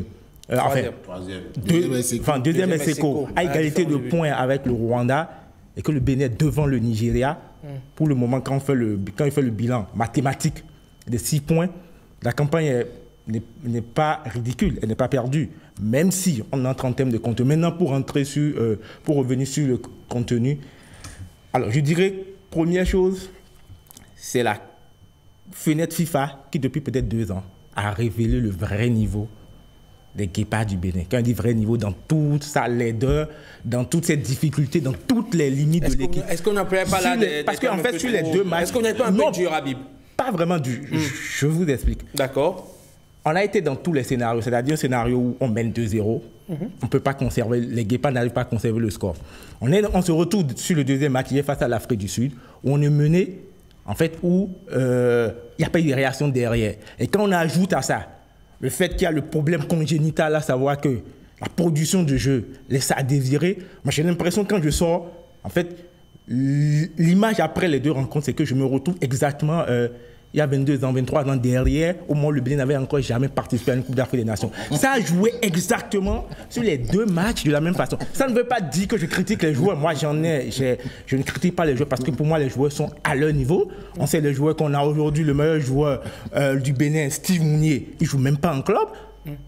Donc, on n'a pas de joueurs majeurs, à part Steve Mounier, peut-être. On n'a plus de joueurs dans un championnat majeur qui jouent. Ça, ce sont les réalités. Après, on a des joueurs qui essaient de faire ce qu'ils peuvent. Mais la réalité, c'est qu'on a souvent surestimé cette équipe. Et aujourd'hui, on est à la réalité. Et c'est pour ça, si vous vous souvenez, moi, j'ai dit, pour moi, cette campagne, franchement, on a eu l'occasion d'utiliser 10 matchs pour préparer la Coupe d'Afrique des Nations et espérer au moins gagner un match et se retrouver au second tour, ce qui n'a pas été fait. Évidemment, aujourd'hui, mathématiquement, les gens vont continuer à expliquer que c'est possible de rêver, mais quand vous regardez un peu l'Afrique du Sud qui a pris le large, c'est compliqué. Donc, en gros, il y a 4 matchs pour préparer enfin la Coupe d'Afrique des Nations. Elvis, c'est bon maintenant, tout le monde descend, le rêve s'est plié, c'est fini, on peut passer à autre chose. C'est ça aussi votre discours? La question est de savoir, est-ce que les gens avaient vraiment rêvé? Le sélectionneur l'a dit, il avait envie d'aller au mondial. Mais bon, vous savez, c'est pas une lubie non plus. C'est de la communication. C'est un état d'esprit, c'est une manière de mobiliser ses troupes, de mobiliser les gens derrière un objectif. Ok, quand vous alliez au cours à l'époque, vous décidez d'être dernier de la classe, même si vous avez des gens qui semblent être plus intelligents ou qui ont plus de facilité à retenir les choses que vous, mais vous vous battez quand même pour dire je vais essayer de les accrocher ou de les dépasser. C'est aussi ça, on ne démarre pas une compétition en disant je veux perdre la compétition, je ne veux pas y aller, non. On démarre en ayant des ambitions. Après, en fonction des résultats, on peut réajuster ces ambitions. À un moment donné, le Bénin a eu... vous battez le Nigeria, vous avez des résultats, vous êtes en première position. C'est normal que oui, le discours de l'entrée puisse être on va se battre pour se qualifier pour la... C'était une campagne à 10 matchs, c'était pas une campagne à 6 matchs. Laissez-moi terminer. Oui, vous avez dit qu'on est revenu il y a 22 ans, je vous ai laissé parler, laissez-moi parler aussi, merci beaucoup. Ok, donc on revient. Donc pour moi, j'estime que la communication n'est pas mauvaise par rapport aux sélectionneurs, c'est même logique. Mais c'est pour ça que vous posez la question de savoir, est-ce qu'au fond, nous les Béninois, on y croit vraiment? Si on est sincère avec nous, on peut tout dire, on n'y croyait pas fondamentalement. On était tous des Saint Thomas, on se disait, bon, ok, oui, au petit bonheur, la chance, ça pouvait arriver. Si ça n'arrive pas, on crie, mais est-ce que quelqu'un est décédé parce qu'on a perdu face à l'Afrique du Sud hier? La réalité, elle est bien là, mon cher monde. Donc, arrêtons de faire des choses qui n'existent pas. L'Afrique du Sud, comme il a dit, là, je suis parfaitement aligné avec Habib. Quand tu regardes la photocopie du groupe ce matin, le Bénin est deuxième égalité de points avec le Rwanda derrière l'Afrique du Sud. Le Bénin est troisième parce qu'à la différence le Bénin est deuxième au même nombre de points. Le Bénin est deuxième au même nombre de points. Ça, c'est mon analyse. Je suis libre de le faire. Quel match retourne le Bénin et le Rwanda? Et donc, derrière, il y a le Nigeria. Et quand il dit, si on était le Nigeria, si on était l'Afrique du Sud, on est dans cette posture, le trou n'est pas fait parce qu'il y a encore 4 journées. Donc, tu as 5 points d'avance. Il y a beaucoup de choses qui peuvent arriver. On sait que tu peux perdre face à n'importe quel adversaire. Mais malheureusement ou heureusement, on est le Bénin. Donc, on se rend compte que ça va être difficile. Mais pour moi, que le Bénin termine 2e, 3e, 4e, limite de ce groupe-là, éliminatoire pour la Coupe du Monde, c'est pas une honte. Pour moi, c'est un résultat excellent. Est-ce que le Bénin n'a pas le droit de rêver de mondial? Non, on vient de rêver, mais on se rend compte qu'on ne peut pas y aller. C'est la réalité. Vous êtes péremptoire, vous êtes sentencieux. Vous savez que moi, je ne sais pas dire autre chose. Je dis ce que je pense profondément. J'ai toujours pensé qu'on ne pouvait pas se qualifier à cette édition de la Coupe du Monde. Ça, c'était une réalité. Mais il n'y a pas de honte à y croire. Mais aujourd'hui, on se rend compte qu'on ne peut pas y aller. On parle, oui, du sélection. J'entends les analyses. J'ai écouté beaucoup de gens. On parle comme si le Bénin, c'est l'équipe de France. Le Brésil, tu as des joueurs partout. Donc, tu peux faire de la tactique. Tu peux faire des choses. Non, tu peux faire aucune tactique. Gaynor Rohr, tout grand Gaynor Rohr qu'il est, quand il est arrivé, il y a eu beaucoup de communication. On va faire le jeu, on va faire machin. Vous avez vu encore faire du jeu. Comme il a dit, ou c'est Brice qui l'a rappelé, il jouait pour ne pas perdre. C'est ça. Et quand j'ai entendu la communication de Steve Mounier à la veille du match, il a bien dit, le Bénin n'a pas de pression, c'est l'Afrique du Sud qui a la pression parce que c'est elle qui veut se qualifier fondamentalement pour la Coupe du Monde. L'essentiel du message est porté là. Le Bénin ne jouait pas fondamentalement pour se qualifier, mais tentait d'y arriver. Même s'il n'y arrive pas, on ne va pas rougir. Et donc pour finir, pour moi, on a un problème et on n'aime pas l'entendre de joueurs. Exactement. Il faut avoir des joueurs pour aller dans les grandes batailles. Vous n'avez pas de grands joueurs, vous ne pouvez pas. Alors, et le pire, quand vous jouez sans gardien de but... Non, on n'a pas joué. Rien n'arrive, bien sûr. On va parler tout à l'heure, on va dire de ces circonstances dans lesquelles on a encaissé certains buts sur cette campagne, sur ces 2 matchs qui viennent de s'achever juste hier. Brice Hessou, en attendant, beaucoup pointent du doigt aujourd'hui, on va dire, la gestion de l'effectif de Gernot Rohr. Ils estiment que le sélectionneur ne fait pas totalement confiance à l'entièreté de son groupe, ce qui fait qu'il est accroché à un noyau central qui, à l'évidence, n'est pas en train de lui donner satisfaction sur ces derniers matchs qu'on a joués. Je ne suis pas d'avis, puisque c'est comme je le disais il y a une semaine, c'est un football de sélection. Ce n'est pas un football de club où vous avez peut-être un noyau de 13, 15, 16 joueurs, voire même 22 joueurs sur lesquels vous pouvez compter et faire tourner, parce que vous avez beaucoup de matchs à jouer dans la saison. Sur ce rassemblement, il n'y avait que 2 matchs qui étaient importants, qu'il fallait au moins bien négocier. Donc vous ne pouvez pas vous amuser à tester des joueurs. On peut tester des joueurs en juin, durant la fenêtre FIFA pour les matchs amicaux, il n'y a pas de problème. Mais à l'heure où nous parlons, il n'y avait pas mieux à mettre sur le terrain, à mon humble avis. Puisque, comme je l'ai dit, il était venu pour ne pas perdre. Et il avait déjà utilisé ce dispositif face au Sénégal, face à la Côte d'Ivoire, qui avait bien marché. À ce moment, face au Nigeria également, tous ces pseudo-entraîneurs qui proposent aujourd'hui de changer ou de jouer, ils avaient applaudi la prestation à l'époque.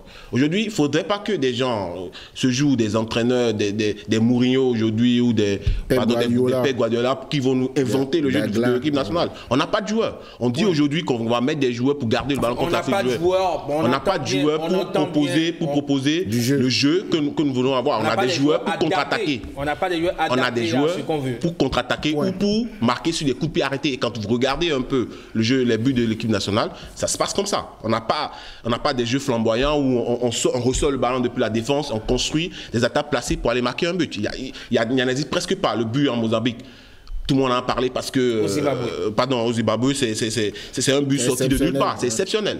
Parce que c'est pour ça que ça surpris tout le monde que le Bénin puisse construire une nation comme ça et marquer. Parce que ce n'est pas dans notre ADN. Aujourd'hui, nous avons des joueurs qui sont des bagarreurs. Je parlais qui ont un état d'esprit pour gagner. Et on met un dispositif en place pour contenir l'adversaire. Et après une ou 2 occasions qu'on peut mettre, on arrive à marquer, on s'en sort. Donc pour moi, on n'a pas aujourd'hui mieux sur le banc de touche pour pouvoir rivaliser avec l'Afrique du Sud par rapport à ce qu'on a fait hier. Moi, je vois le fond de votre question. Vous voulez poser la question de savoir si on doit ramener Sebio Soukou, si on doit ramener Jordan Adeoti. Non. Sebio Soukou a décidé tout le temps de s'occuper de sa famille. Pas le fond de ma question. La nation n'a jamais été ça. Vous connaissez mon avis sur le sujet. Oui, et je profite pour le dire parce que j'entends beaucoup nous expliquer aujourd'hui que Sebio Soukou, c'est Zinedine Zidane, c'est Iniesta, c'est Xavi. C'est faux. C'est pas Zinedine Zidane parce qu'on sait aussi à l'évidence, quand moi je l'ai vu jouer tout son parcours, il fait pas 90 minutes quand on joue les éliminatoires en Afrique. Il a du mal à tenir 90 minutes. Quand il fait 60 minutes, c'est un miracle. Et est-ce qu'on compte sur un joueur, plaque tournante en milieu de terrain, qui fait 60 minutes, difficilement?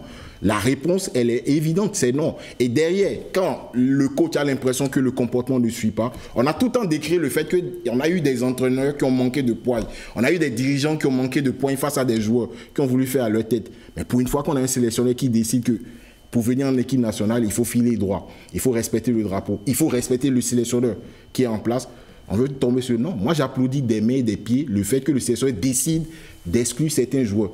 Si Habib devient sélectionneur, il peut ramener toutes ses copines en sélection, on va subir. D'accord. Alors, en attendant que les copines d'Habib ne viennent en sélection, il y en a d'autres qui sont quand même là, qui ne sont pas des femmes, qui sont des hommes, qui essaient tant bien que mal de mouiller le maillot sur ce rassemblement. Qu'est-ce qui a manqué à la sélection nationale? Est-ce réellement de la fraîcheur physique ou on a juste été confronté, on va dire, à des équipes meilleures à nous? En fait, c'est la deuxième option, parce qu'après, c'est vrai qu'on peut évoquer la question de fraîcheur physique. On peut évoquer la question de fraîcheur physique parce qu'on a évoqué le fait que certains des joueurs ne jouent pas en sélection, le fait que les trajets ont été longs, il fallait aller en Afrique du Sud, revenir, récupérer rapidement. Oui, mais c'est pas nouveau, mais ça, quand ça intervient dans un contexte où les joueurs ne jouent pas, il y a ces deux éléments, mais globalement... Pour quitter l'Afrique du Sud, oui, mais je pensais que quand quelqu'un a la parole, l'autre ne parlait pas. Ils ont eu un vol affrété. Oui, donc il faut féliciter le gouvernement et la fédération qui ont fait cet effort. Ne dis pas oui, mais toutes les sélections n'ont pas eu ça. Si, bien sûr, ils ont eu un vol affrété pour quitter l'Afrique du Sud pour venir en Côte d'Ivoire. Donc ça fait toute la différence. 6h30. La communication est passée pour le gouvernement et la FDF. C'est important de le rappeler. Pour revenir... C'est un fait quand même, Nourabib. Oui, mais pour moi, c'est... Si on a les moyens, on le fait. Dans un contexte africain, pourquoi d'autres sélections ne l'ont pas fait? Moi, j'aurais mis ça en avant si ça a influencé les résultats. Si à la fin, on bat l'Afrique du Sud, on prend un point, je mets ça en avant. Le gouvernement n'a fait que ce qu'il a fait, donc ce qu'il a fait, ce qui est idéal. C'est important ce qu'a fait le gouvernement. Oui, mais pour revenir à la question, je ne dis pas que c'était pas idéal, mais je trouvais que c'était une parenthèse ou une lucarne dont on pouvait se passer. Pas du tout. Pour revenir à la question, pour moi, en fait, on a joué. L'Afrique du Sud, elle est forte. Oui. L'Afrique du Sud est plus forte. Et en fait, la réalité qu'on n'accepte pas, c'est que même si l'Afrique du Sud vient jouer le Bénin à domicile, même au stade de l'amitié, le Bénin n'est pas favori. Ça, c'est la réalité vu le niveau du Bénin. Quand bien même à la limite, si on arrache un match nul, ce serait déjà bien.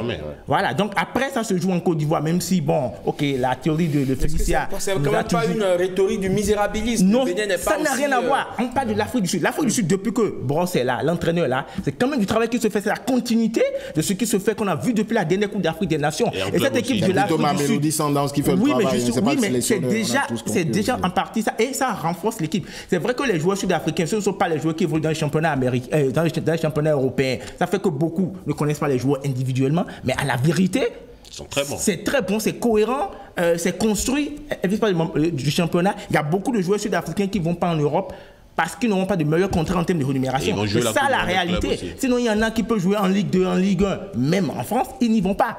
Donc c'est ça la réalité. Donc c'est pas une petite équipe. En temps, il y avait une forme de déconfiture, tout se met en place. L'Afrique du Sud, quoi qu'on dise, peut-être aujourd'hui c'est dans le top 10 des meilleures sélections africaines. Donc il faut regarder ça. C'est pourquoi déjà, dès que le tirage se fait, le Bénin, sa place dans ce groupe, c'est en 3e et 4e. C'est-à-dire 3e, c'est une campagne réussie. 4e, on peut s'en contenter parce que le Rwanda se montre toujours quand même accrocheur. Et quand on regarde, c'est quand même un groupe, il y a 4 pays qui vont jouer la prochaine Coupe d'Afrique des Nations. Et ça, c'est la réalité. Même le Zimbabwe dont nous parlons, le Zimbabwe va disputer la prochaine Coupe d'Afrique des Nations. Donc, pour moi, c'est qu'on a joué à l'effet nul face au Zimbabwe. Pour moi, Zimbabwe, Bénin, franchement, ça se tient, il faut le rappeler. Voilà, ça se tient à quelques détails près. Le Bénin un peu au-dessus sur les résultats ces dernières années. Donc, allez prendre un nul, même au Zimbabwe. Si ce n'est pas le scénario du match où on se dit, mais on a mené 2-0, on aurait pu quand même tenter. On n'a pas à rougir, c'est ça? Pour moi, on n'a pas à rougir. C'est pourquoi je dis que cette fenêtre a mis le Bénin à son niveau. Maintenant, travaillons. Maintenant, c'est là où on peut dire il faut corriger ce qu'il a fait. Parce qu'on parle du Bénin. Il y a des difficultés dans l'équipe. Quand vous avez un sélectionneur, je ne le critique pas, peut-être que j'aurais fait la même chose. Vous avez 2 latéraux gauche que vous appelez et que vous êtes obligé de faire jouer quelqu'un d'autre à leur place. Voilà. Alors que vous avez David Kiki, vous avez Rabiou Sankamao, qui sont 2 latéraux gauche de formation, mais qui, vu ce que David Kiki a présenté au match aller, c'était compliqué. Et même quand on ne peut pas le mettre, c'est qu'on ne peut pas mettre son remplaçant. Il faut glisser quelqu'un d'autre. Voilà, un défenseur central à gauche qui... Et quand on regarde ce que Moumouni nous fait, c'est pas très loin. Et ça fait 2 ans qu'il est titulaire en sélection quand il est là, mais qu'en fait, il ne progresse pas, il y a tous les mêmes erreurs et qu'il ne trouve même pas de club. D'accord. Donc le Bénin, franchement, est à son niveau et a joué avec l'Afrique du Sud beaucoup plus forte et une équipe du Zimbabwe qui est presque au même niveau que lui. D'accord. Donc 1 point sur 4, franchement, c'est réaliste. D'accord. Pour ce qu'on a vu. Brice Ressou, aujourd'hui, on voit qu'il y a quand même une fatwa, vous avez commencé par le dire, une fatwa sur le sélectionneur national, une campagne de dénigrement du sélectionneur national. Est-ce que sa responsabilité, allez, on va le dire ainsi, peut être pointé à l'index dans ces 2 matchs-là qu'on a mal négocié finalement? Forcément, parce que c'est lui qui met en place l'équipe, c'est lui qui est responsable de ce groupe, c'est lui qui a choisi ses joueurs, c'est lui qui a décidé de ne pas appeler tel et d'appeler tel à la place de l'autre. Est-ce qu'il y a un tel qu'on aurait pu appeler et il n'a pas fait? C'est pas ce que je dis, mais c'est lui qui a fait ses choix, qui a opéré ses choix. Et il emporte entièrement la responsabilité. Maintenant, est-ce qu'on aurait pu faire mieux? La réponse pour moi, c'est totalement non, on ne peut pas faire mieux. On n'a pas mieux aujourd'hui qu'on puisse mettre sur le terrain et rivaliser avec l'Afrique du Sud. Peut-être, j'entends les gens parler de la défense, mais je pense quand même que, je l'avais dit et je le maintiens, la présence de Cédric ou Tanguy bonifie quand même Tidjani, parce que ça apporte quand même une certaine j'ai envie de dire, je ne vais pas dire sérénité, mais ça permet à Tidjani de briller. On a vu sur tous les matchs quand ils ont été ensemble, ça a été vraiment exceptionnel. Et ça permet aussi de corriger le côté droit qu'on a, les problèmes qu'on a au niveau côté droit en glissant. Johan Roche qui a été excellent aussi à ce poste en Libye. Arrière gauche. Arrière droit. Arrière gauche. Il a joué arrière gauche. Il a joué aussi arrière droit à la place de Moumouni aussi. Quand Moumouni était un peu perdu dans les matchs. Aujourd'hui, on n'a pas, quand on regarde les couloirs, on n'a pas de joueurs. Il n'y a pas de joueurs dans les couloirs. Ce n'est pas évidemment nouveau. C'est pour ça aujourd'hui, bon, je ne vais pas faire l'apologie d'un joueur. Des gens réclament certains noms qui pourraient, notamment Dagba, qui pourrait quand même, on a beau dire aujourd'hui, il est meilleur avec ce qu'on a aujourd'hui. Il faut le dire, il faut être... Pour autant, il faut aller se mettre à genoux et le supplier. Je dis, il ne veut pas venir, non? Oui, il ne veut pas venir, mais ce n'est pas pour autant qu'on ne va pas en parler. Qu'on aurait peut-être mieux pu gérer cette situation et avoir des joueurs de qualité. Mais pour moi, l'entraîneur porte la responsabilité, oui. Mais derrière, pour moi, on ne pouvait pas faire mieux. L'Afrique du Sud, c'est une équipe qui joue au ballon, qui a la possession de jeu. Et je ne comprends pas pourquoi les gens veulent aujourd'hui que le Bénin, qui n'a jamais cet ADN de posséder le ballon, de faire le jeu, on veut que le Bénin rivalise en milieu de terrain, alors que vous n'avez personne de créateur au niveau de ce milieu de terrain. Ce milieu de terrain, c'est un milieu de terrain purement défensif pour pouvoir contenir les assauts ou le jeu contenu, le milieu de terrain des Sud-Africains. L'entraîneur, il ne pouvait pas faire mieux.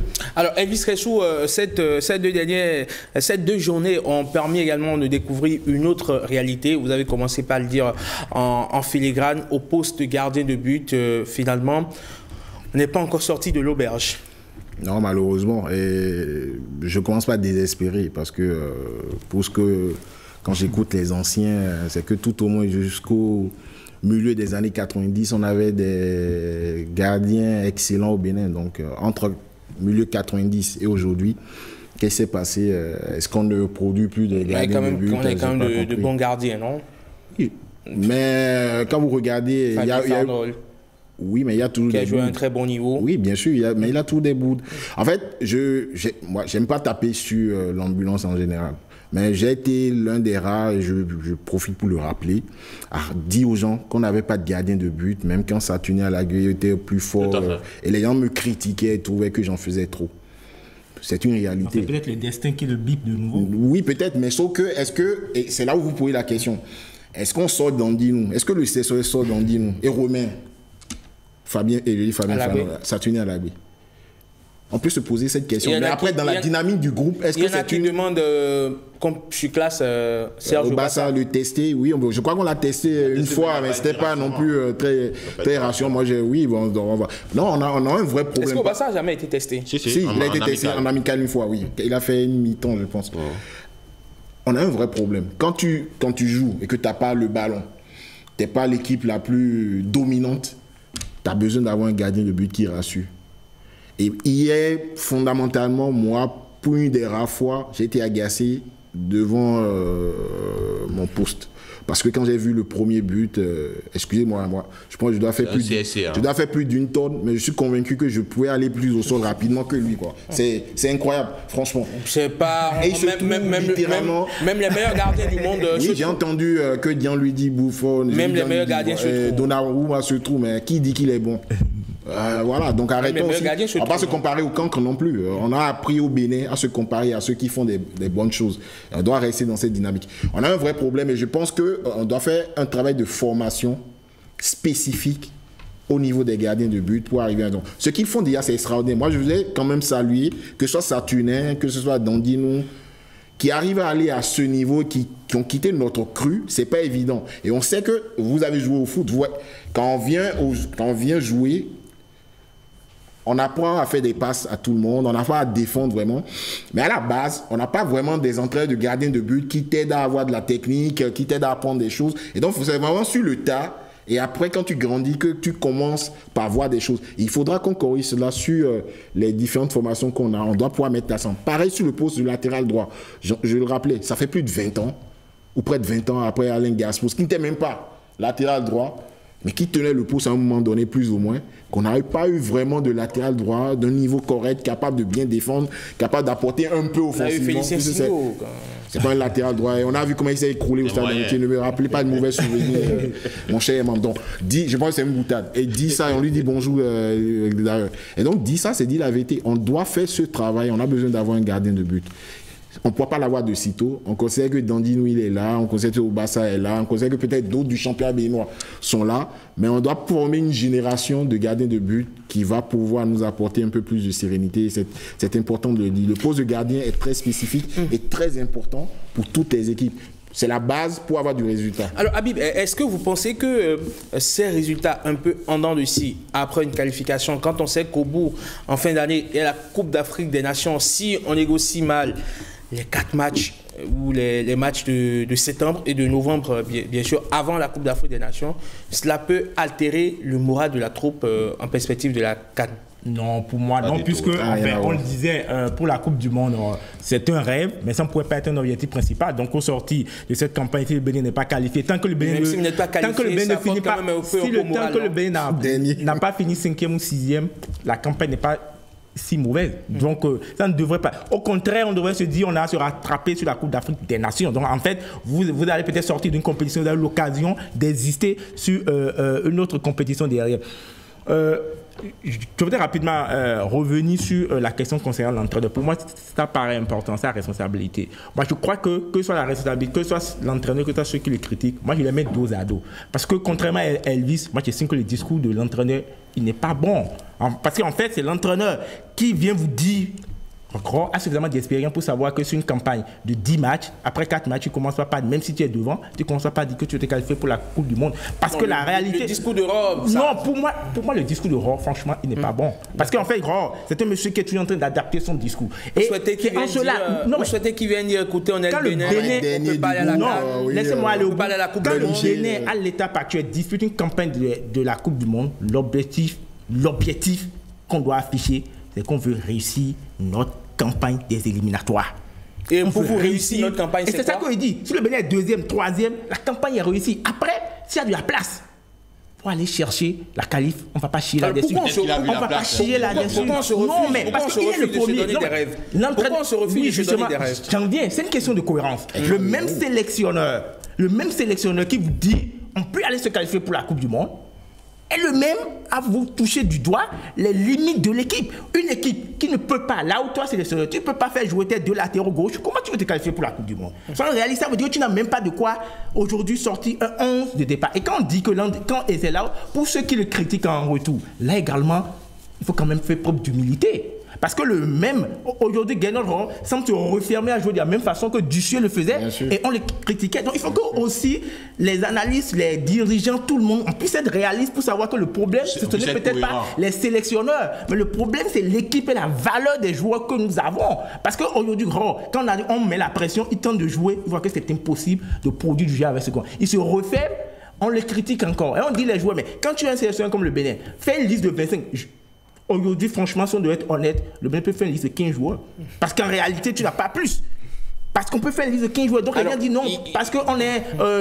Dès qu'on a connu tel joueur. Et moi, pour la question des binationaux, si vous voulez que vous disiez la vérité, franchement, c'est un sujet qui m'agace. Pourquoi? Profond. Pourquoi? Parce que pour moi, ça occulte la question essentielle de la formation. Parce que si on veut régler les premiers acteurs, parce qu'aujourd'hui, on parle du cas de Dagba, qu'il faut aller supplier, le gars au fait de jouer. Il ne faut pas supplier. Personne n'a dit qu'il faut le supplier. Ça fait des années qu'on dit personne ne demande pas que vous le suppliez. En fait, on discute avec lui, si ça ne marche pas, même si on le supplie, il ne viendra pas. On met en place une affaire pour dire qu'on a mis en place un comité. Il faut aller discuter avec des binationaux. Là encore, pour moi, ce n'est pas loin. Ce n'est pas loin. Oui, mais ce n'est pas un problème qu'un joueur national puisse venir traiter en sélection. Si on en a besoin, s'il est à l'aise, oui, mais ça c'est un pays débat. Mais mettre la question des binationaux en avant, moi ça pose un problème. Ça occulte la formation. Et ça c'est arrêté. Et le fait qu'on dise qu'on a mis en place un comité pour aller jouer avec les binationaux. Vous savez, ça me rappelle encore, dans ce même pays, quand on a cherché des joueurs béninois sur Internet. En fait, non, mais il y a des méthodes qui se ressemblent et qu'on pensait avoir enterré. Des sketchs ce matin. Non, pas des sketchs. Alors, Habib, on a entendu votre message. Vous n'êtes pas d'accord avec les... Non, mais je suis réaliste. Vous n'êtes pas d'accord pour qu'on ait des binationaux. Sauf que certains vous opposeront le fait que si l'Algérie a pu gagner à nouveau la CAN, c'est grâce à ces binationaux. Si le Sénégal est aujourd'hui sur le toit du foot africain presque, c'est grâce à ces binationaux. Aujourd'hui, la sélection sénégalaise, malgré les académies... c'est un binational. Malgré les académies. C'est un binational. Malgré les académies. Non, mais c'est ça. Nampalis Mendy, c'est un binational. Nampalis Mendy, on peut citer... Diallo, on peut citer une pile, le défenseur. Allez, Stanislas Limpon, bonjour. Bonjour, Eman Rodrigue Amenga, bonjour à tous. Comment allez-vous? Très bien. Pensez-vous que les Guépards ont compromis leur chance de qualification pour le mondial? Voilà la question que nous avons adressée aux internautes. Ils ont été nombreux à réagir? Absolument, oui. Quand nous avons posé cette question, ils sont nombreux à exprimer leur déception. Les internautes sont fâchés contre les différentes prestations des Guépards. Il y en a quand même certains qui sont très modérés dans leur réaction et qui croient encore à leur équipe nationale et qui pensent qu'on a encore notre chance à jouer dans cette course. Et c'est ce que nous allons voir très rapidement. Oui, rendons-nous sur nos pages Facebook 5sur7 Matin et ORTB Bénin TV donc, où notre ami Charles Degbeao aligne une série d'interrogations, une série de questions donc mondiales pour aller nous mettre la honte avec ce jeu. Je suis déjà angoissé à l'idée de voir ces genres de prestations à la CAN, dit-il. Pour Guy Benilde Nyansounou, ils n'ont qu'à oublier la Coupe du Monde et se concentrer sur la CAN. Ils ont déjà fait l'erreur en concédant match nul face au Zimbabwe alors qu'ils étaient favoris et pouvaient très bien gagner ce match, croit savoir Guy Benilde Nyansounou. Avec ce jeu, franchement, il n'y a plus d'espoir, soutient Lazare, le suspect. Il faut que le coach revoie le jeu tactique et fasse jouer les jeunes dès les premières minutes et non vers la fin du jeu, estime notre ami Alfred Adjaro, affirmant: je ne pense pas que le Bénin décroche son billet qualificatif pour la Coupe du Monde 2026. Ils peuvent d'ores et déjà oublier cette campagne et se préparer uniquement pour la CAN au Maroc, car je ne vois pas cette Afrique du Sud laisser des points en route pour les journées suivantes. Boko Roland Caliste estime que les Sud-Africains sont venus nous enterrer sur nos propres installations. Actuellement, il n'y a plus rien à espérer, estime notre ami, mais l'essentiel est de participer. Nous devons travailler davantage car le sport est le domaine où on ne triche pas. Il n'y a pas de faute mineure car en sélection, oui, ça se perd cash. Prenons le temps de poursuivre la formation à la base, dit notre ami. Bonjour le plateau. Écrit Koumassa Maurice, qui assure que depuis un moment, nous avons une équipe dont la performance est insuffisante. Néanmoins, il est important de croire au miracle béninois jusqu'à la dernière minute de la dernière journée des éliminatoires de la Coupe du Monde 2026. Pourquoi pas, réagit Leandro Akovide, qui affirme, puisque le grand voisin Nigeria qu'on craignait est incapable de gagner le Zimbabwe à domicile. Le Bénin ira à la Coupe du Monde. C'est encore possible. Des 4 journées restantes, si on gagne 3 rencontres, ça suffit, rassure Leandro Akovide, visiblement avec sa calculatrice en main déjà. Vincent Honsonli abonde dans le même sens. Je crois qu'on peut se qualifier si on a uniquement la victoire. Pour les 4 prochains matchs de qualification, il faut renforcer cette équipe avec les joueurs qui jouent en club et non les assis sur le banc. Il faut être courageux pour ne pas sélectionner certains qui n'ont pas de temps de jeu. C'est la recette que propose notre ami Vincent Monsoni. Merci beaucoup à vous, Stanislas Sosalimpo, pour ces avis relayés. Vous passez une excellente journée du mercredi. Merci. Et à très bientôt sur 5 sur 7 matin. Allez, messieurs, on va... Oui, rapidement. On a vu dans les interventions qui est très pertinent. Le Nigeria n'a pas pu battre le Zimbabwe. Ça veut dire que c'est difficile pour tout le monde dans ces éliminatoires. Quand on va voir aussi les autres équipes, le Cameroun qui est en difficulté également dans son groupe, ces éliminatoires sont très très difficiles parce qu'il y a beaucoup de Cameroun qui a fait match nul avec Eswatini et le Sénégal qui a fait match nul également avec la Somalie. Que dans l'ensemble, les cadres sont... Justement, on va parler. Oui, Elvis, allez-y. Rapidement. On a encore 2-3 minutes. Oui, en 30 secondes, j'aimerais aborder 2 aspects. L'aspect, les joueurs qui n'ont pas de club ou qui ont de club. Je pense que on s'appelle les Guépards du Bénin. On n'a pas 10 millions de joueurs. On vient de dire, oui, on n'a pas de latéral gauche, on n'a pas de latéral droit. Moi, je pense qu'un sélectionneur des Guépards du Bénin, on n'a pas 10 millions de joueurs. On vient de dire, oui, on n'a pas de latéral gauche, on n'a pas de latéral droit. Moi, je pense que un sélectionneur des Guépards du Bénin, on n'a pas 10 millions de joueurs. On vient de dire, oui, on n'a pas de latéral gauche, on n'a pas de latéral droit. Moi, je pense qu'un sélectionneur des Guépards du Bénin, prend les joueurs qu'il peut. Le reste, tout le détail, ça ne regarde que les communicants qui veulent placer leurs joueurs. Vous prenez les joueurs que vous pouvez. Et je crois que ça a dit il y a une semaine, je l'ai suivi, les joueurs qui sont dans l'état d'esprit. Et c'est ce que Guénot fait. Et on ne peut que continuer comme ça en attendant que la formation, d'ici 10 ans, nous permette d'avoir des joueurs capables de jouer, qu'on puisse faire des choix en disant « Ah ouais, tel ne joue pas, tel joue ». Et dernière chose, Steve Mounier, il faut qu'on se pose la question. Oui, capitaine des Guépards, mais est-ce que ça lui appartient à la sélection? Est-ce que c'est lui seul qui doit jouer devant? Posons-nous les vraies questions, monsieur Aménian. D'accord. Et quelle réponse vous trouverez? Pour moi... il faut le challenger. Il doit s'asseoir sur le banc de touche. C'est le capitaine. Avons-nous un autre 9? Avons-nous un autre 9? On a vu des capitaines s'asseoir sur le banc de touche. Mais on n'a pas un autre 9. On joue sans 9, non? Non, c'est pas une boutade. Attendez. On joue sans 9.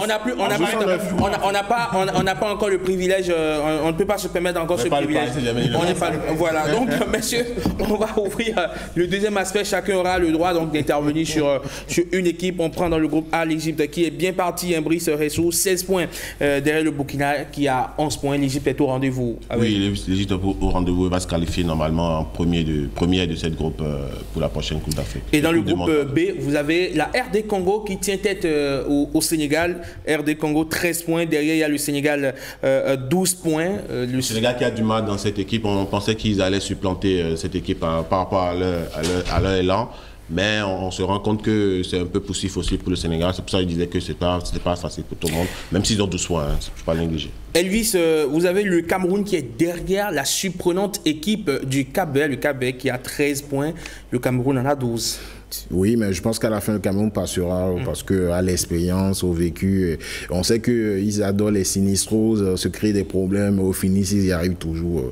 Je pense qu'au moins, ils iront au barrage. Donc, et le Maroc, qui dès aujourd'hui peut déjà être qualifié, premier pays qualifié officiellement pour la Coupe du Monde, parce qu'ils ont quand même 15 points. Pas la Coupe du Monde, mais... Pour la Coupe du Monde. Ah ouais, si. Il y a plus barrage, oui, bien sûr. Oui, donc félicitations au Maroc qui, comme l'a rappelé, l'ont rappelé. Oui, ils ont 15 points, le deuxième à 6 points. Il n'y a pas de surprise, même si c'est 1-0, ils le feront. C'est l'une des meilleures sélections sur le continent aujourd'hui. C'est pas la meilleure. La meilleure sélection. Moi, je sais pas, mais je sais que c'est l'une des meilleures. Je ne veux pas filmer. Le Bénin peut devenir meilleur que le Maroc dans 2 jours. D'accord, pas dans 2 jours en tout cas. Alors, Habib Cholaouna, la Côte d'Ivoire qui, évidemment, est première avec 16 points. Très bonne campagne de cette équipe ivoirienne. Derrière, il y a le Gabon en embuscade aussi avec 15 points. Non, d'un point de vue comptable, la campagne est bonne, mais en termes de résultats, parce qu'il y a beaucoup de 1-0. Et quand vous enlevez le match gagne 9-0, après la Côte d'Ivoire, c'est 1-0 contre le Gabon, c'est 1-0 contre le Malawi, en fait, 1-0 contre la Gambie. Ils gagnent beaucoup 1-0, tant mieux s'ils gagnent, mais en termes de contenu, point champion d'Afrique sortant avec l'Algérie qu'ils ont. Pendant les éliminatoires, pas le combat. Oui, mais en fait, est-ce que c'est pas des mêmes éliminatoires que le Maroc match du tout? C'est des mêmes éliminatoires que l'Égypte match du tout. Brice, on va parler de l'Algérie qui a 15 points, qui est bien parti aussi pour se qualifier dans le groupe G. Oui, du classique avec ces pays du Maghreb qui sont quand même... La Tunisie aussi, avec 16 points. Qui est en bonne posture pour partir. Pour moi, c'est des équipes qui ont cette représentativité à l'international qui peut facilement représenter la. Et le Ghana a l'orgueil qui est revenu et premier de son groupe I avec 15 points, alors qu'ils ne sont pas qualifiés pour la CAN. C'est très heureux de revoir le Ghana à ce niveau. Ils nous ont fait un peu de la peine lors des dernières phases finales et surtout des derniers éliminatoires parce que c'est toujours un peu inquiétant de voir le Ghana dans ces situations parce que le Ghana demeure, comme on le disait, le Brésil de l'Afrique, une sélection quand même importante du continent. Merci beaucoup à vous, messieurs, pour vos analyses.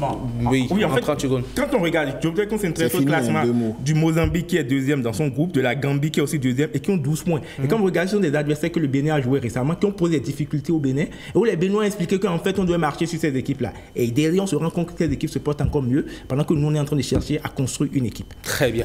Voilà qui est dit. Pour finir, j'aimerais rappeler que ce n'est pas la fin du monde.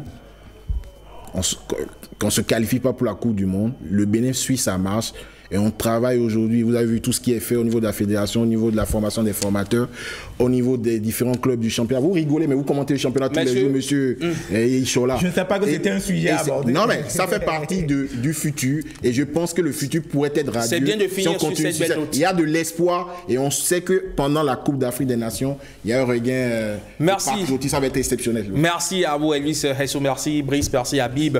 Ce fut très intéressant comme débat. 5 sur 7 matin, encore un dernier rendez-vous, la revue de presse avec Marcel Arrossi. On l'installe tout de suite.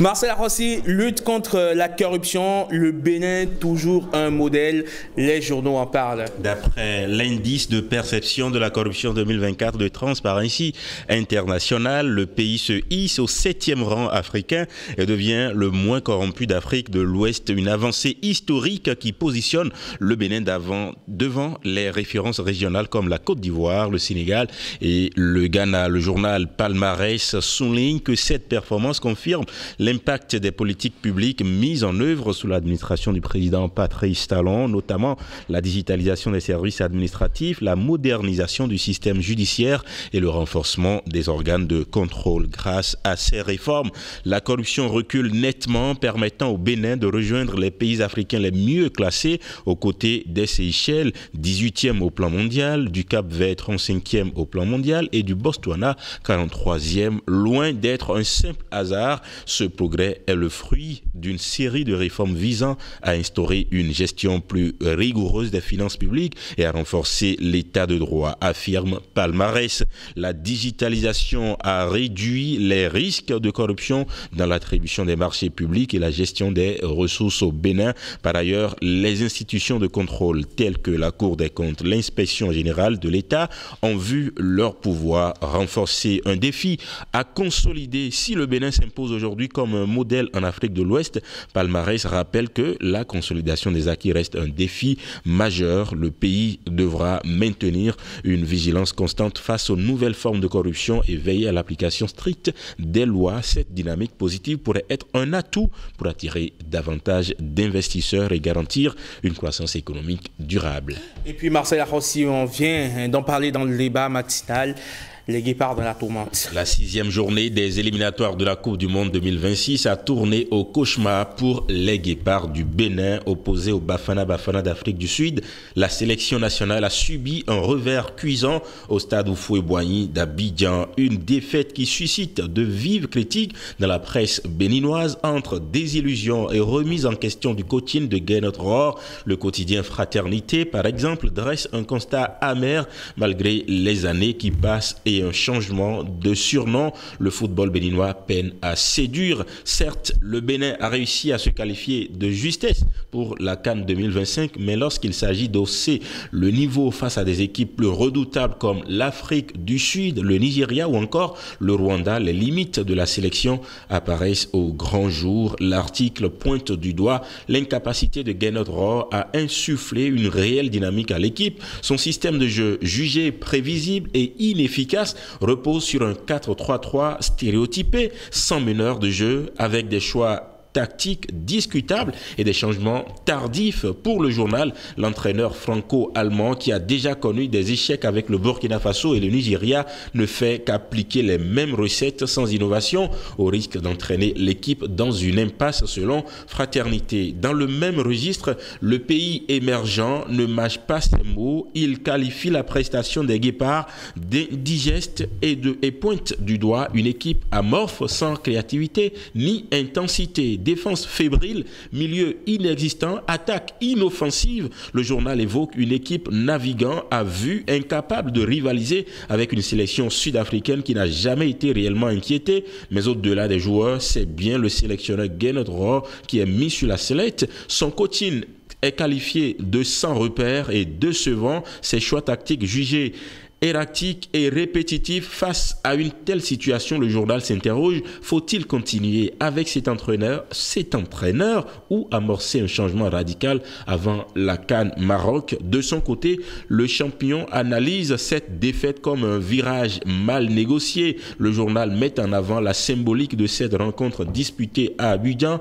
un terrain où les Guépards avaient jusque-là préservé leur invincibilité. Pourtant, cette fois-ci, le Bénin a sombré face à une Afrique du Sud plus agressive et mieux organisée. L'article met en lumière une première mi-temps où les Béninois étaient absents, peinant à construire le moindre jeu cohérent. En seconde période, les Bafana ont accentué la pression, exploitant les failles défensives des Guépards pour inscrire 2 buts. Le champion insiste sur les conséquences de cette défaite qui relègue le Bénin à la 3e place du groupe et compromet sérieusement ses chances de qualification. Cependant, le journal rappelle que rien n'est encore perdu. Avec 4 matchs restants, dont 2 à domicile, les Guépards ont encore la possibilité de remonter au classement, mais cela passera par une remise en question profonde et une meilleure exploitation des prochains matchs. Derrière ces critiques, une interrogation plus large se pose.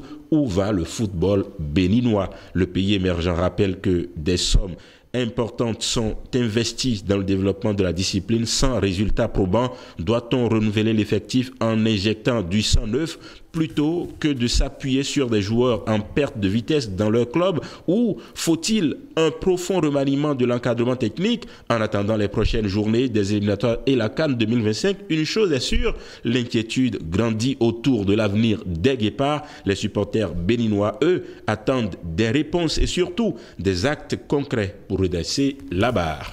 Merci beaucoup à vous, Marcel Akhossi. C'est moi. Et voilà qui vient mettre un terme à la matinale 5 sur 7 matin de ce mercredi 26 mars 2025. Merci à toutes les équipes rédactionnelles et techniques réunies autour de Timothée Mouton. Retrouvez demain la dame qui sera aux commandes, Rachida Biomomon. Quant à moi, on se retrouve lundi quand il sonnera 13 à 7h, 6h en temps universel. D'ici là, portez-vous très bien. Au revoir. Bon mercredi à tous et à chacun. Paix et joie dans le monde. Salut.